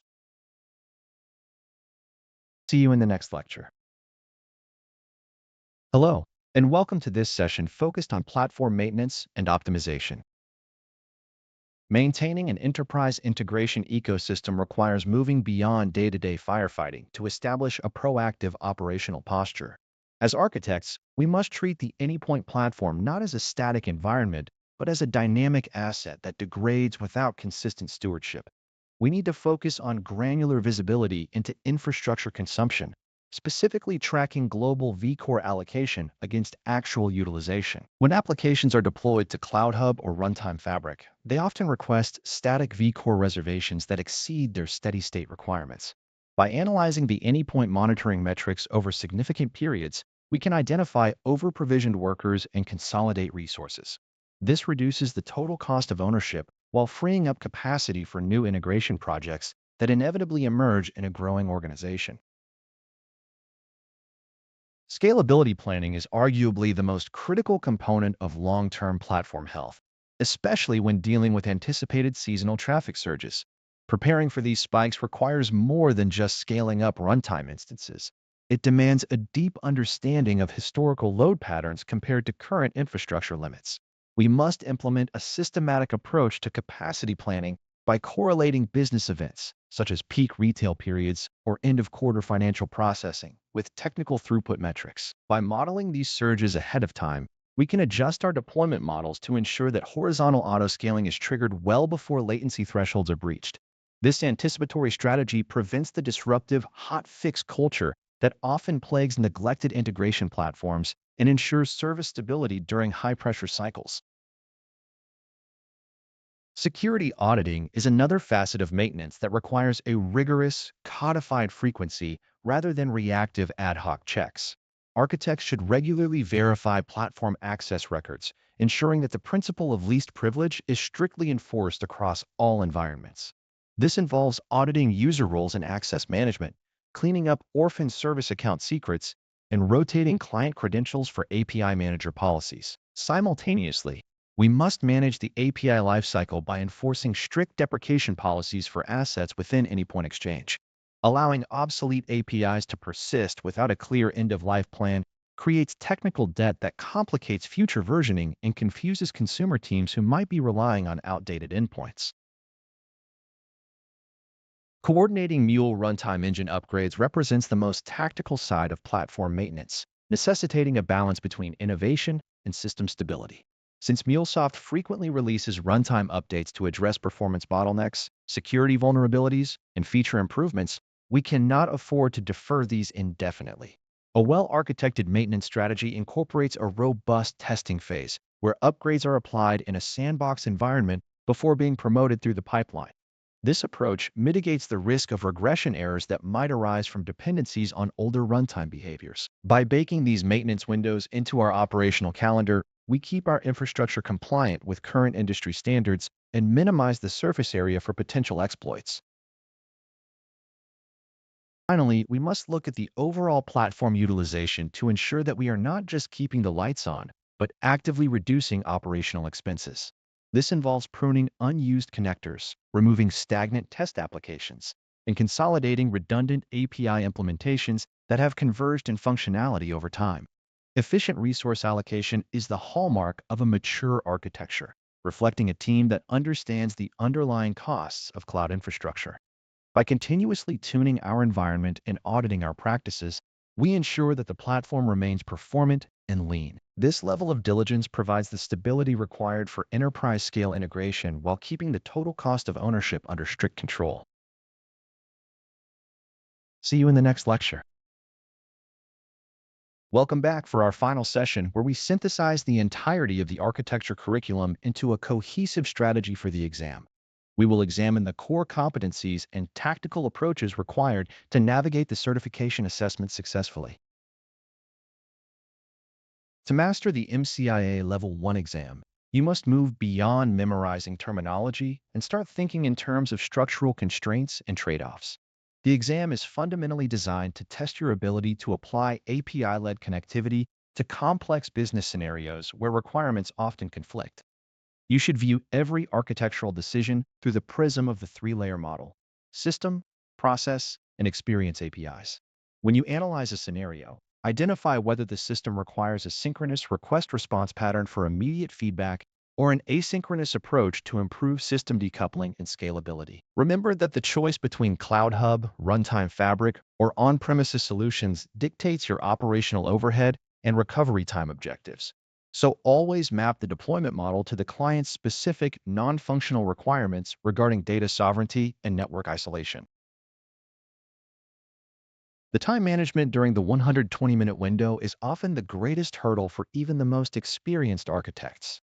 You are presented with lengthy, detailed scenarios that contain significant amounts of context, but not every detail is technically relevant to the specific question being asked.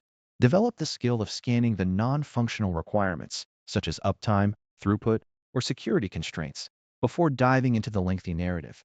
Identify the distractors, which are often plausible but suboptimal design choices that do not align with MuleSoft best practices. If a scenario suggests a monolithic integration flow when a distributed, event-driven pattern using Anypoint MQ is clearly superior for resilience, recognize it as a distractor meant to test your adherence to the decoupling principles that define a robust architecture. Reliability and security are the two pillars where most candidates lose points due to a lack of deep conceptual alignment. Your architectural checklist must include an evaluation of global error handling, ensuring that you can distinguish between scenarios requiring a simple retry mechanism versus those necessitating a dead letter queue strategy. When addressing data security, ensure you distinguish between transport-level security, such as mutual TLS, and application-level requirements, such as securing data at rest using tokenization or encryption. The exam expects you to know exactly when to apply an edge security layer versus an internal API manager policy. Always prioritize the principle of least privilege and network isolation through VPCs and dedicated load balancers when constructing your mental model of the integration landscape. As you approach the examination, organize your knowledge by grouping patterns based on their functional purpose within the enterprise lifecycle. Think about CI/CD, automated testing, and comprehensive monitoring as the essential glue that keeps your architecture maintainable over time. Operations should not be an afterthought, but a first-class consideration in your design, meaning that your choice of logging strategies and alerting topologies must be defensible in the context of the platform's overall health. If you find yourself debating between two valid-looking technical solutions, look back at the original business requirements provided in the prompt to see which one better solves the customer's stated pain point. Confidence comes from understanding the why behind each architectural pattern, rather than simply memorizing the configurations themselves. We have now covered the necessary ground to transition from theoretical understanding to the practical application required for the certification. I wish you the best of luck with your final preparations. See you in your testing session.